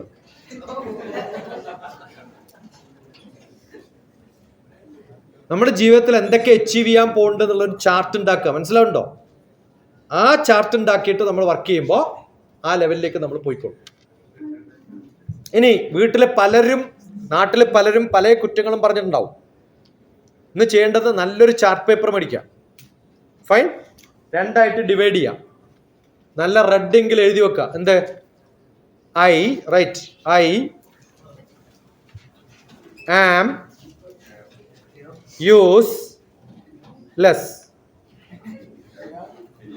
useless. കാരണം കുറേ പേര് പറഞ്ഞിട്ടുണ്ടാവും, useless fellow, you are useless എന്നൊക്കെ പറഞ്ഞിട്ട് വഴക്ക് പറയാറില്ലേ? ഉണ്ടോ ഇല്ലയോ? എന്നിട്ട് അവരോട് പറയാ അത് പാസ്റ്റ് ടെൻസ് ആണ്. പ്രസന്റില് യൂസ് പാസ്റ്റ് ടെൻസ് ആക്കുമ്പോൾ എന്ത് ചെയ്യണം? യൂസ് പാസ്റ്റ് ടെൻസ് എന്താവും? അപ്പൊ ആ യൂസ് എന്നുള്ളതിന്റെ മുകളിൽ അപ്പോസ്ട്രോഫി ഇട്ട് മുകളിൽ ഇങ്ങനെ ഒരു ED എന്നും കൂടി എഴുതാറില്ലേ? അല്ലേ? യൂസിന്റെ മുകളിൽ ഒരു സ്പെല്ലിംഗ് വിട്ടു യൂസ് എന്നുള്ളതിന്റെ മുകളിൽ ED എഴുതി. ഇപ്പൊ എന്തായി? ഓക്കെ, ഇപ്പൊ എന്തായി? യൂസ്ഡ് ആക്കിയില്ലേ? എന്നിട്ട് എപ്പോ എന്തായി നിങ്ങള്? I am useless. Who did not use you? You did not use you. അപ്പൊ നിങ്ങൾ തീരുമാനിക്കുക, ഇന്നു മുതൽ ഞാൻ എന്നെ പൂർണ്ണമായിട്ടും ഉപയോഗിക്കും. So don't say I am useless. Got it? രാവിലെ മിറർ നോക്കിയിട്ട് നമ്മൾ എന്ത് പറയും? ഒരു ഭംഗിയില്ല പറയോ ഇല്ലയോ? കാണുമ്പോ എന്താ അഗ്ലിയാ? ചെറിയ കുട്ടികളെ കണ്ടിട്ടുണ്ടോ? അവർ എഴുന്നേറ്റ് നോക്കുമ്പോ സ്മെല്ലായിരിക്കും അറിയാം. അങ്ങനെയൊക്കെ ആയിരുന്നു നമ്മൾ. വളർന്ന് വരുമ്പോ എന്തായി? ഓറയൊക്കെ പോയി അല്ലേ? എൻ്റെ വേറൊരു ബുക്കാണ് ലൈഫ് ഓഫ് ലവ്. ഇതിനകത്ത് ആദ്യത്തെ പോയം എന്ന് പറയുന്നത് millions of sperm from the father get into the mother's egg and only one sperm take birth, and that's me. Yes or no? How many sperms did not take birth? Millions. Who are they? My unborn brothers and sisters. Right or not? So how did I take birth? I ran, chased and got my life. ആരൊക്കെയാ തോറ്റവര്? എന്റെ ജനിക്കാതെ പോയ സഹോദരീ സഹോദരന്മാരുമായി മല്ലിട്ടിട്ട് ജയിച്ചിട്ടാണ്. അതിനേക്കാളും വലിയൊരു competitive exam UPSC ഉണ്ടോ? എന്തിനാ ഭയപ്പെടുന്നത്? ഏത് എക്സാമിനെ ഭയപ്പെടുന്നത്? ഏറ്റവും വലിയ ടഫായിട്ടുള്ള ഒരു കോമ്പറ്റീഷൻ ജയിച്ചിട്ടാണ് നമ്മളൊക്കെ ജനിച്ചതാണോ അല്ലയോ? അങ്ങനെയുള്ള നമ്മൾ രാവിലെ മിറർ നോക്കിയിട്ട് എൻ്റെ പല്ല് കൊള്ളാം, എൻ്റെ മൂക്ക് കൊള്ളില്ല, പല്ല് കൊള്ളില്ല എന്നൊക്കെ നമ്മൾ പറയണോ? എന്ത് ചെയ്യണം? All of you lift your hands. Take it back and say well done. For what? Taking birth. എല്ലാ അവയവങ്ങളും വർക്ക് ചെയ്തിട്ട് ഇങ്ങനൊരു ശരീരം തന്നതിന് തന്നെ നമ്മൾ ഭാഗ്യവാന്മാരാവണ്ടേ? വേണ്ടയോ? എന്നിട്ട് കണ്ടതിന് കുറ്റം പറയും. Never do that. We are eligible, but what are we not doing? Efficiency കുറവാണ്. So be efficient. Use yourself. I am not useless. I am useless. ഇംഗ്ലീഷിൽ സാധാരണ പറയാം I am in a problem. Write down. I am in a problem. എന്തിനാ ഈ പറയാനാക്കണേ? I am in a problem. അപ്പൊ problem വലുതും ഞാൻ ചെറുതും അല്ലേ? I am in a problem എന്ന് പറഞ്ഞാൽ പ്രോബ്ലം വലുതും ഞാൻ ചെറുതും അല്ലേ? എന്നെക്കാളും വലിയൊരു പ്രോബ്ലം എൻ്റെ ജീവിതത്തിലുണ്ടോ? ഞാനാണോ വലുത്? എൻ്റെ പ്രോബ്ലം ആണോ വലുത്? I am in a problem cut ചെയ്യുക. അത് റോങ് സെന്റൻസ് ആണ്. നിങ്ങൾ സ്ഥിരമായിട്ട് പറയുന്ന പല സെന്റൻസുകളും തെറ്റാണ്. അവൻ പറഞ്ഞതാ correct. Problem is in me. ഇനി എൻ്റെ പ്രോബ്ലം ഉണ്ടാവുമ്പോൾ എന്ത് ചെയ്യണം? കുഴപ്പമൊന്നുമില്ല, എല്ലാവരിലും പ്രോബ്ലം ഇല്ലേ. പക്ഷെ ഏറ്റവും വലിയ പ്രോബ്ലം എന്ന് പറയുന്നത് ആരാ? അല്ലെന്നേ, അച്ഛൻ അമ്മ അവരൊക്കെയാണ് ഏറ്റവും വലിയ problem. They don't understand generation gap. Correct. അപ്പൊ അച്ഛനോടും അമ്മയോടൊക്കെ പറയാ, അച്ഛൻ എത്ര വയസ്സായി? 40-40 കഴിഞ്ഞില്ലേ? ഇല്ലേ? ഹാർട്ട് അറ്റാക്കിനുള്ള എല്ലാ ചാൻസും ഉണ്ട്. അടുത്ത കാലത്താണ് എൻ്റെ സുഹൃത്തിന്റെ 40-40 വയസ്സേ ആയിട്ടുള്ളൂ. മക്കളെ വഴക്ക് പറഞ്ഞെടുക്കുമ്പോൾ അടിച്ചുപോയി. പിന്നെ എന്തൊക്കെ ഞാൻ ചെയ്യണം? ഇതെവിടെയെങ്കിലും കുഴിച്ചിടണം, അല്ലെങ്കിൽ പള്ളി കയക്കണം. എന്തൊക്കെ കഷ്ടപ്പാടാണ്. പ്ലീസ്, ഇപ്പം അതിനൊന്നും എനിക്ക് സമയമില്ല. അതുകൊണ്ട് എന്ത് ചെയ്യാം? കുറച്ചാൾ കഴിഞ്ഞ് ചത്താം. ഓക്കെ, എന്ത് ചെയ്യണം? ഇപ്പൊ തൽക്കാലം നല്ലപോലെ ടെൻഷൻ അടിക്കുമ്പോൾ ഏറ്റവും നല്ല മാർഗം ഒരു കുപ്പി വെള്ളം എപ്പോഴും കയ്യിലുണ്ടാവും. 20 സെക്കൻഡ് റൂൾ എന്ന് പറഞ്ഞിട്ട് റൂൾ ഉണ്ട്. എന്നറിയോ? ഇപ്പൊ 20 സെക്കൻഡ് അധികം എടുത്തു ഞാൻ എടുക്കാൻ. ഞാൻ ഉള്ളെടുത്ത് തന്നെ വെള്ളം വെച്ചാൽ ഇത് എടുക്കാനുള്ള സമയം 20 സെക്കൻഡ്സ് ആണ്. ഓക്കെ, അപ്പൊ എപ്പോഴും ആരെങ്കിലും വഴക്ക് പറയാൻ വരുമ്പോൾ അവിടെ ഇത് കുടിച്ചിട്ട് പറയാം. ഞാൻ ഓടില്ല, പറഞ്ഞ് കേട്ടിട്ടേ പോകുള്ളൂ. ഫുൾ പറയാം. ഞാൻ കേട്ടിരിക്കാൻ തയ്യാറാണ്. ഞാനും കുറച്ച് വെള്ളം കുടിക്കാം, നിങ്ങളും കുറച്ച് വെള്ളം കുടിക്കാം. അച്ഛൻ ഇതൊന്ന് കുടിക്കും പ്ലീസ്. മറ്റേ വെള്ളമല്ല ഈ വെള്ളം. ഓക്കെ, അല്ലെങ്കിൽ ഡോസ് കൂടും ചിലപ്പോൾ. എന്നിട്ട് നല്ലോണം കുടിക്കാൻ പറയാം. എന്നിട്ട് എന്ത് ചെയ്യാ, കുടിച്ചു കഴിയുമ്പോൾ ഇനി വല്ലതും പറയാനുണ്ടോ? ഞാൻ പറയാൻ തുടങ്ങുന്നത് വെയിറ്റ്, ഒരു കുപ്പിയും കൂടി കുടിക്കുക. ഒരു 4-5 കുപ്പിയൊക്കെ കുടിക്കുമ്പോഴത്തേക്കും ഞാൻ ഇപ്പൊ വരാന്ന് പറഞ്ഞു. ഫൈൻ. തിരിച്ച് ഫ്ലഷൊക്കെ അടിക്കുമ്പോഴത്തേക്കും എന്തിനാണ് ഞാൻ ഈ പറയാൻ തുടങ്ങിയെന്നുള്ളത് തന്നെ മാറും. ആങ്കറിന് ഏറ്റവും നല്ല മാർഗം ഡിലേ. ഇപ്പൊ ഞാൻ ചോദിക്കാം, നിങ്ങളെ വഴക്ക് പറയാൻ തുടങ്ങിയെന്ന് വിചാരിക്കാം. ആ സമയത്ത് അച്ഛൻ റെസ്പെക്ട് ചെയ്യുന്ന ഒരാള് ഒരു ഗസ്റ്റ് ആയിട്ട് വീട്ടിൽ വന്നു എന്ന് വിചാരിക്കാം. കാത്തിരിക്കരുത്, മുഖൊക്കെ ആകെ മാറോ ഇല്ലയോ? അപ്പൊ വഴക്ക് അല്ലെങ്കിൽ ആങ്കർ എന്നൊക്കെ പറയുന്നത് ഡിലേ പ്രോസസ്സാണ് ഏറ്റവും best. Don't react immediately. Fine. ഇനി അഥവാ ബൈ ചാൻസ് നിങ്ങൾക്ക് കേട്ടേ തീരൂ അങ്ങനെയുള്ളവരൊക്കെയാണ് പറയണമെന്ന് വിചാരിക്കാം. അങ്ങനെയൊക്കെ ഉണ്ടാവുമല്ലോ. അവരുടെ മുഖം ഇങ്ങനെ കാണാം, ഒന്നും കേട്ടില്ല എന്ന് ധരിക്കാം. അപ്പൊ ഐബ്രോ മുകളിൽ പോവും, ചീക്സ് ഒക്കെ ഇങ്ങനെ ആവും. നല്ല കഥകളി കണ്ടൊരു അനുഭവം ഉണ്ടാവും. എന്ത് രസമാണ് ഞാൻ അല്ലേ? ദേഷ്യപ്പെടുമ്പോഴൊക്കെ മുഖം അങ്ങോട്ടും ഇങ്ങോട്ടൊക്കെ പോയില്ല, എന്ത് രസമായിരിക്കും. ഒക്കെ ഇങ്ങനെ ആസ്വദിക്കാം. എല്ലാത്തിനും യെസ് യെസ് യെസ് യെസ് എന്ന് പറയാം. എന്നിട്ട് ഒന്നും ചെയ്യണ്ട, നേരെ ഓപ്പോസിറ്റ് ചെയ്തു, നോ പ്രോബ്ലം. അത് കഴിഞ്ഞ് വിളിച്ച് വഴക്ക് പറയുമ്പോഴും എന്ത് പറയണം? Yes yes. അണ്ടർസ്റ്റുഡ്? അപ്പൊ എല്ലാ തെറ്റുകളും പറയുന്നതൊക്കെ ഒരു ഭാഗത്ത് ചോന്ന മഷി കൊണ്ട് എഴുതി വെക്കുക. എന്നിട്ട് അച്ഛനോടും അമ്മയോടും പറയാം, ഇതൊക്കെ കറക്റ്റ് അല്ലേ എന്നെ കുറിച്ച് നിങ്ങൾ പറഞ്ഞത്? ആണോ അല്ലയോ? എത്രയോ കാലമായിട്ട് പറയണു. ഇനി നമ്മുടെ സമയവും കളയണ്ട, അങ്ങയുടെ സമയവും കളയണ്ട. ഞാൻ ഇത് എല്ലാ ദിവസവും 5 പ്രാവശ്യം വായിച്ചോ. ഫൈൻ. നല്ലത് വല്ലതും പറയാനുണ്ടെങ്കിൽ ഈ ഭാഗത്തെ പച്ചമഷിയിൽ നിങ്ങളൊന്ന് എഴുതി തരും. അണ്ടർസ്റ്റുഡ്? എന്നിട്ട് ആരെങ്കിലും ഒക്കെ എക്സ്ട്രാ പറയും, ഇത് എക്സ്ട്രാ ഒരാൾ കൂടി പറഞ്ഞിട്ടുണ്ട്. എന്തിനാ ഇങ്ങനെ സമയം കളയണേ? ഇത്ര സമയമാണ് ജീവിതത്തിൽ നശിപ്പിക്കുന്നത്. ആലോചിച്ചു, ചെറിയ ചെറിയ കാര്യങ്ങൾ. എന്തുകൊണ്ടാണ്? വലിയ കാര്യങ്ങളൊന്നും നിങ്ങളുടെ മനസ്സിൽ ഇല്ലാത്തത് കൊണ്ടാണ്. ഭാഗ്യവശാൽ അല്ലെങ്കിൽ നിർഭാഗ്യവശാൽ ഇതൊന്നും അനുഭവിക്കേണ്ട ഗതി എനിക്ക് വന്നിട്ടില്ല. വഴക്ക് പറയാറില്ല. പറഞ്ഞാൽ തിരിച്ച് നന്നായിട്ട് പറയും. ഒരു പ്രാവശ്യം കണ്ട് ഏട്ടൻ എന്നെ വഴക്ക് പറഞ്ഞിട്ടുള്ളൂ. വീട്ടിൽ നിന്ന് സ്ഥലം വിട്ടു 4-5 ദിവസം കഴിഞ്ഞിട്ടാണ് വന്നത്. അപ്പോഴത്തേക്ക് ഏട്ടന് കിട്ടാനുള്ള ഡോസൊക്കെ നാട്ടുകാരൊക്കെ കൊടുത്തു കഴിഞ്ഞു. ഇതൊക്കെ ഞാൻ കേട്ടുകൊണ്ട് രസകരമായിട്ട് വീട്ടിൽ തന്നെ ഇരിക്കുന്നുണ്ട്, മുകളിൽ മറിച്ച് വെച്ചിട്ട്. പക്ഷെ നിങ്ങൾക്കൊന്നും അങ്ങനെയുള്ള യോഗമില്ല. ഉണ്ടോ? അതൊക്കെ അനുഭവിച്ച ആളാണ്. അപ്പൊ നമുക്കറിയാം വഴക്ക് പറഞ്ഞു പോവും. പക്ഷെ വല്ല അബദ്ധവും ചെയ്തു കഴിഞ്ഞാൽ എല്ലാവരും കൂടി, മനസ്സിലാവുണ്ടോ? ഈ പറയുന്ന അച്ഛനും അമ്മയോടൊക്കെ എങ്ങനെയൊക്കെ ആരൊക്കെയാ പെരുമാറാന്ന് പറയാൻ പറ്റില്ല. വീട്ടിലൊക്കെ എന്തൊക്കെയാ ലഹളി ഉണ്ടാവുക. നിങ്ങളിപ്പോൾ അച്ഛനാ വഴക്ക് പറഞ്ഞ അമ്മ അച്ഛനോട് പറയും വഴക്ക്, അടിപിടി ലഹളിയാവും. ഇതിനൊക്കെ കാരണം ആരാ? നിങ്ങളാ. അതുകൊണ്ട് അതൊക്കെ കേൾക്കുക, സാരില്ല, കുഴപ്പമില്ല. വരും ഒരു ദിനം അന്നൻ നാവനങ്ങിയാൽ ആളു ശ്രദ്ധിക്കും ദിനം. മനസ്സിലായോ? നിങ്ങൾ റെസ്പോൺസിബിൾ ആയിട്ടുള്ള, മച്വേർഡ് ആയിട്ടുള്ള, എൻ്റെ കാര്യങ്ങൾ എനിക്ക് കൃത്യമായിട്ട് ചെയ്യാൻ അറിയുമെന്നുള്ളൊരു തോന്നൽ അച്ഛനിലും അമ്മയിലും ഉണ്ടാക്കിയാൽ പിന്നെ ഒരിക്കലും അവർ നിങ്ങളെ കുറ്റം പറയില്ല.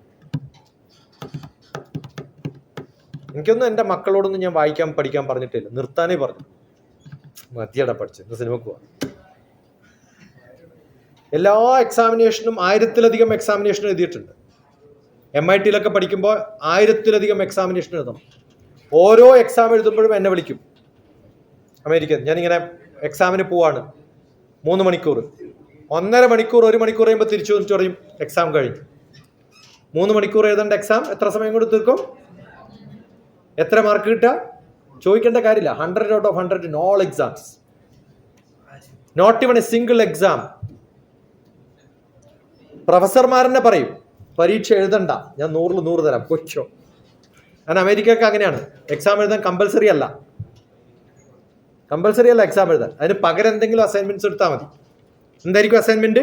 ഈ ബുക്ക് വായിച്ചിട്ട് അതിനെക്കുറിച്ച് ഒരു റിപ്പോർട്ട് ഉണ്ടാക്കി കൊടുത്താൽ എക്സാമിനേഷന്റെ ഫുൾ മാർക്ക് തരാം. അതും ചെയ്തിട്ട് പറയും എക്സാമും കൂടി തരാം. കാരണം എക്സാമിനേഷൻ എന്നുള്ളത് നിങ്ങളുടെ ഒരു ക്രെഡിറ്റ് ആണ്. അതുകൊണ്ട് ഓൺലൈൻ ഓപ്പൺ കോഴ്സസ് മാക്സിമം ചെയ്യുക. എക്സാം എഴുതുക എന്നുള്ള ഏറ്റവും ലോകത്തിലെ നല്ല സ്ഥലം ഏതാന്ന് അറിയോ നിങ്ങൾക്ക്? എക്സാം ഹോളാണ്. അറിയില്ല? എന്താ എക്സാം ഹോളാ ലോകത്തിലെ ഏറ്റവും നല്ല സ്ഥലം. You don't know? ഞാനൊക്കെ എന്ത് ആസ്വദിച്ചിട്ടുള്ള സ്ഥലമാണ് എക്സാം ഹോള്. നല്ലോണം പഠിക്കണ കാലത്തും തീരെ പഠിക്കാത്ത കാലത്തും എനിക്ക് ഏറ്റവും ഇഷ്ടപ്പെട്ട സ്ഥലം എക്സാം ഹോളാണ്. കാരണം എന്താ? പേപ്പർ ഫ്രീ ആയിട്ട് കിട്ടുന്ന ലോകത്തിലെ ഏക സ്ഥലം. എത്ര പേപ്പർ വേണമെങ്കിലും തരില്ലേ? ആണോ അല്ലയോ? ഏതെങ്കിലും ടീച്ചർമാരെ വിളിച്ചാൽ നമ്മൾ അങ്ങോട്ട് പോയിട്ട് ബഹുമാനമൊന്നും ഇല്ലെങ്കിൽ കാണിക്കണ്ടേ? ഇങ്ങനെയൊക്കെ ആയിട്ട് നിൽക്കണ്ടേ? വേണ്ടേ? അവരെ അങ്ങനെ നിർത്താൻ പറ്റിയ ഏക സ്ഥലം നോക്കിയാ മാഷന്മാർ നിങ്ങൾ അടുത്ത് വരും. വേറെ എവിടെയെങ്കിലും അങ്ങനെ മാഷന്മാരെ വിളിക്കാൻ പറ്റുമോ നിങ്ങൾക്ക്? ഇല്ലേ? ചില സൂപ്പർവൈസറൊക്കെ പോലെ ഇങ്ങനെ വലിയ ഗമയിലൊക്കെ അല്ലെ, ചീഫ് എക്സാമിനറൊക്കെ അയാളും വരും. എന്താ വേണ്ട? ഒന്നും വേണ്ട, പോ.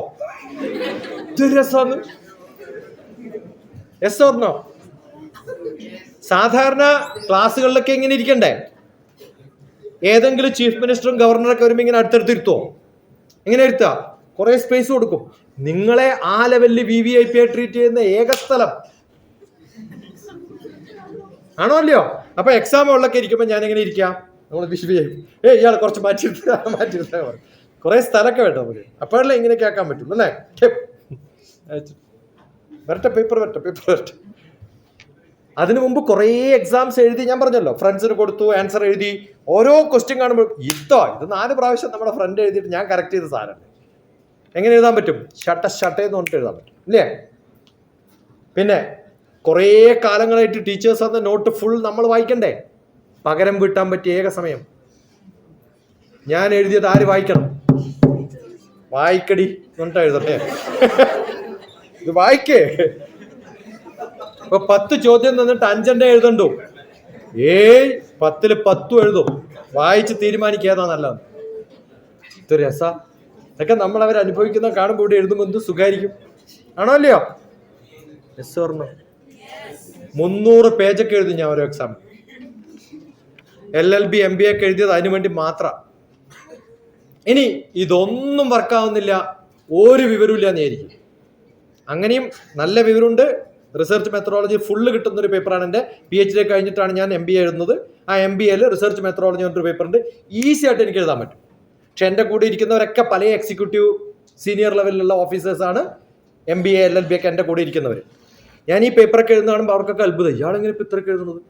അതിൽ ഏറ്റവും എളുപ്പമുള്ളൊരു വിഷയം മാത്തമാറ്റിക്സ് റിലേറ്റഡ് ആയിട്ട് എനിക്ക് ഏറ്റവും സുഖം, ബാക്കി എല്ലാവർക്കും ബുദ്ധിമുട്ടാണെന്ന് എനിക്കറിയാം. ആ സമയത്താണ് എനിക്ക് സൈക്കോളജി പഠിക്കാൻ നല്ല താല്പര്യം. അപ്പം ഞാൻ എക്സാമിനേഷൻ സൈക്കോളജി പഠിക്കാമെന്ന് ചോദിച്ചു. എന്ത് ചെയ്തു? ആകെ ടഫാന്ന് പറഞ്ഞിട്ട് 4-5 ആളെ നോക്കി പറഞ്ഞപ്പോൾ ആ ഹാളിൽ എല്ലാവരും തോറ്റു. ഒരാൾക്കും ബുദ്ധി ഒന്നും വരുന്നില്ല. കാരണം ഏറ്റവും നല്ലോണം പഠിക്കുന്ന ആൾ ഏറ്റവും മോശം എന്ന് പറഞ്ഞു കഴിഞ്ഞാൽ ബാക്കിയുള്ളവരുടെ ഗതി എന്താവും? ഞാൻ ഒന്നും എഴുതാണ്ട് ബാക്കിയുള്ളവരൊക്കെ എഴുത്. നമുക്കൊന്നും അറിയില്ലെങ്കിൽ എന്ത് ചെയ്യണം? അടുത്തുള്ള ആളെ നോക്കിയിട്ട് ഇതെന്ത് ഭയങ്കര ടഫ്, എഴുതാൻ പറ്റില്ല എനിക്ക്. അയാൾക്ക് എഴുതാൻ പറ്റുമോ? അയാൾക്കും എഴുതാൻ പറ്റില്ല. അയാൾ ബാക്കിയുള്ളവർ നോക്കി. അങ്ങനെ 4-5 ആൾ നോക്കുമ്പോഴത്തേക്കും തീർന്നു കഥ. എല്ലാവരും. അത് കഴിഞ്ഞ് ഞാൻ സപ്ലിമെന്ററി ചെയ്തപ്പോൾ എനിക്ക് 100 അപ്പൊ ഒന്നും അറിയില്ലെങ്കിലും എന്ത് ചെയ്യണം? അടുത്തിരുന്ന് വേർക്കുന്ന ആളെ നോക്കുക. നമ്മൾ എന്തായാലും തോക്കും, പിന്നെ ബാക്കിയുള്ളവരെ കൂടി തോപ്പിക്കട്ടെ. ഞാൻ ബാങ്ക് ടെസ്റ്റ് ജീവിതത്തിൽ 1 പ്രാവശ്യം എഴുതിയിട്ടുള്ളൂ. ചുമ്മാ പോയിരുന്നു എഴുതുക. എനിക്ക് ബാങ്കിൽ ജോലി ഇഷ്ടമല്ല. പക്ഷെ എന്നാലും ഫ്രണ്ട്സൊക്കെ പോകണമെന്ന് വെച്ചാൽ കണ്ണൂർ പോയി ആ സമയത്ത് നാട്ടിൽ നിന്ന് പോകണം. പോയി കഴിഞ്ഞ് വെറുതെ ഇരുന്ന് എഴുതണേ. എന്ത് രസമായിരിക്കും. സീരിയസ് ആയിട്ടുള്ള എക്സാമില് ഒന്നും ഇല്ലാണ്ട് അടുത്ത എക്സാമിൻ്റെ ഒന്നും എന്താ എഴുതുന്നില്ലേ? ഞാൻ എഴുതുന്ന നല്ല നിർബന്ധമുണ്ടോ? ഉണ്ടോ? ചുമ്മാ വന്നതാ. എന്തിനാ? ഇത് കഴിഞ്ഞിട്ട് വേണം ഫോർട്ട് കാണാൻ പോകാം. അതുകൊണ്ട് വന്നതാ മാഷെ. നിങ്ങളെ പണി നോക്കും. അണ്ടർസ്റ്റുഡ്? അപ്പൊ നല്ലോണം പഠിച്ചാലും എൻജോയ് ചെയ്യാം, ഒന്നും പഠിച്ചില്ലെങ്കിലും എൻജോയ് ചെയ്യാം. നിങ്ങളുടെ കുഴപ്പം എന്താ വെച്ചാൽ നിങ്ങൾ അതിൻ്റെ ഇടയിലാണ്. വെറുതെ എന്തിനാ സമയം കളയുന്നത്? ഏതാ നല്ലത്? നന്നാവണോ മോശമാവണോ? ഞാൻ MSCക്ക് പഠിച്ച സമയത്ത് ആദ്യത്തെ എക്സാമിന് 25-ൽ 0 മാർക്ക് എനിക്ക്. കാരണം ആ സമയത്ത് സിവിൽ സർവീസ് IAS ആണ് എൻ്റെ തലയിൽ. പഠിക്കുന്ന MSc മാത്തമാറ്റിക്സ്. പ്രൊഫസർ വിളിച്ച് നല്ലോണം വഴക്ക് പറഞ്ഞു. അപ്പം ഞാൻ പറഞ്ഞു, എന്താ ചെയ്യേണ്ട മാഷെ? നീ മാത്സ് പഠിക്കണോ? എന്നാൽ ശരി, IAS പൂട്ടി വെച്ചു, മാത്സ് പഠിച്ചു. അടുത്ത എക്സാമിനേഷനിൽ 25-ൽ 25 വേണമെന്ന് വെച്ചാൽ പഠിക്കാൻ പറ്റും. അങ്ങനെയാണ് മാത്സിലേക്ക് കയറിയത്. ഇപ്പം എന്താണോ വേണ്ടത് നമ്മൾ തീരുമാനിക്കുക. തീരുമാനിച്ചു കഴിഞ്ഞാൽ ഏതായാലും വേഷം കെട്ടിട്ട് വരുന്നുണ്ട് ഇല്ലേ? അപ്പോൾ എന്ത് ചെയ്യണം? ശരിക്കും പഠിക്കുക. Just enjoy. Enjoy learning. LIFE life എന്താണ്? Live in full enjoyment. Learn in full enjoyment. LEARN learn എഴുത്. നമ്മളൊക്കെ ലേണിംഗ് ലൈസൻസ് കിട്ടുമ്പോൾ ഒരു എൽബോർഡ് തരില്ലേ? ഇല്ലേ? അത് കഴിഞ്ഞാൽ എൽബോർഡ് കളയില്ലേ? ആ എൽബോർഡ് കട്ട് ചെയ്യും, എല്ല് കട്ട് ചെയ്യും. ലേണിംഗിൽ എല്ല് കട്ട് ചെയ്ത് അത് കിട്ടും. That's it. After learning, earning will come. After learning, earning will come. You don't have to try for that. കിട്ടാൻ വേണ്ടിയിട്ട് എവിടെയും പിന്നാലെ പോകേണ്ട കാര്യമൊന്നുമില്ല. ഇങ്ങോട്ട് വരും, ആള് തപ്പി വരും. മെറിറ്റ് ഉണ്ടെങ്കിൽ you become a magnet. Don't become an air. No, എന്ത് അയൺ പൗഡർ ആയിട്ട് മാഗ്നറ്റിന്റെ പിന്നാലെ പോവല്ല വേണ്ടത്. നിങ്ങൾ മാഗ്നറ്റ് ആയിട്ട് iron powder should come to you. So show your ability. That's most essential. Okay, we'll stop here for the being.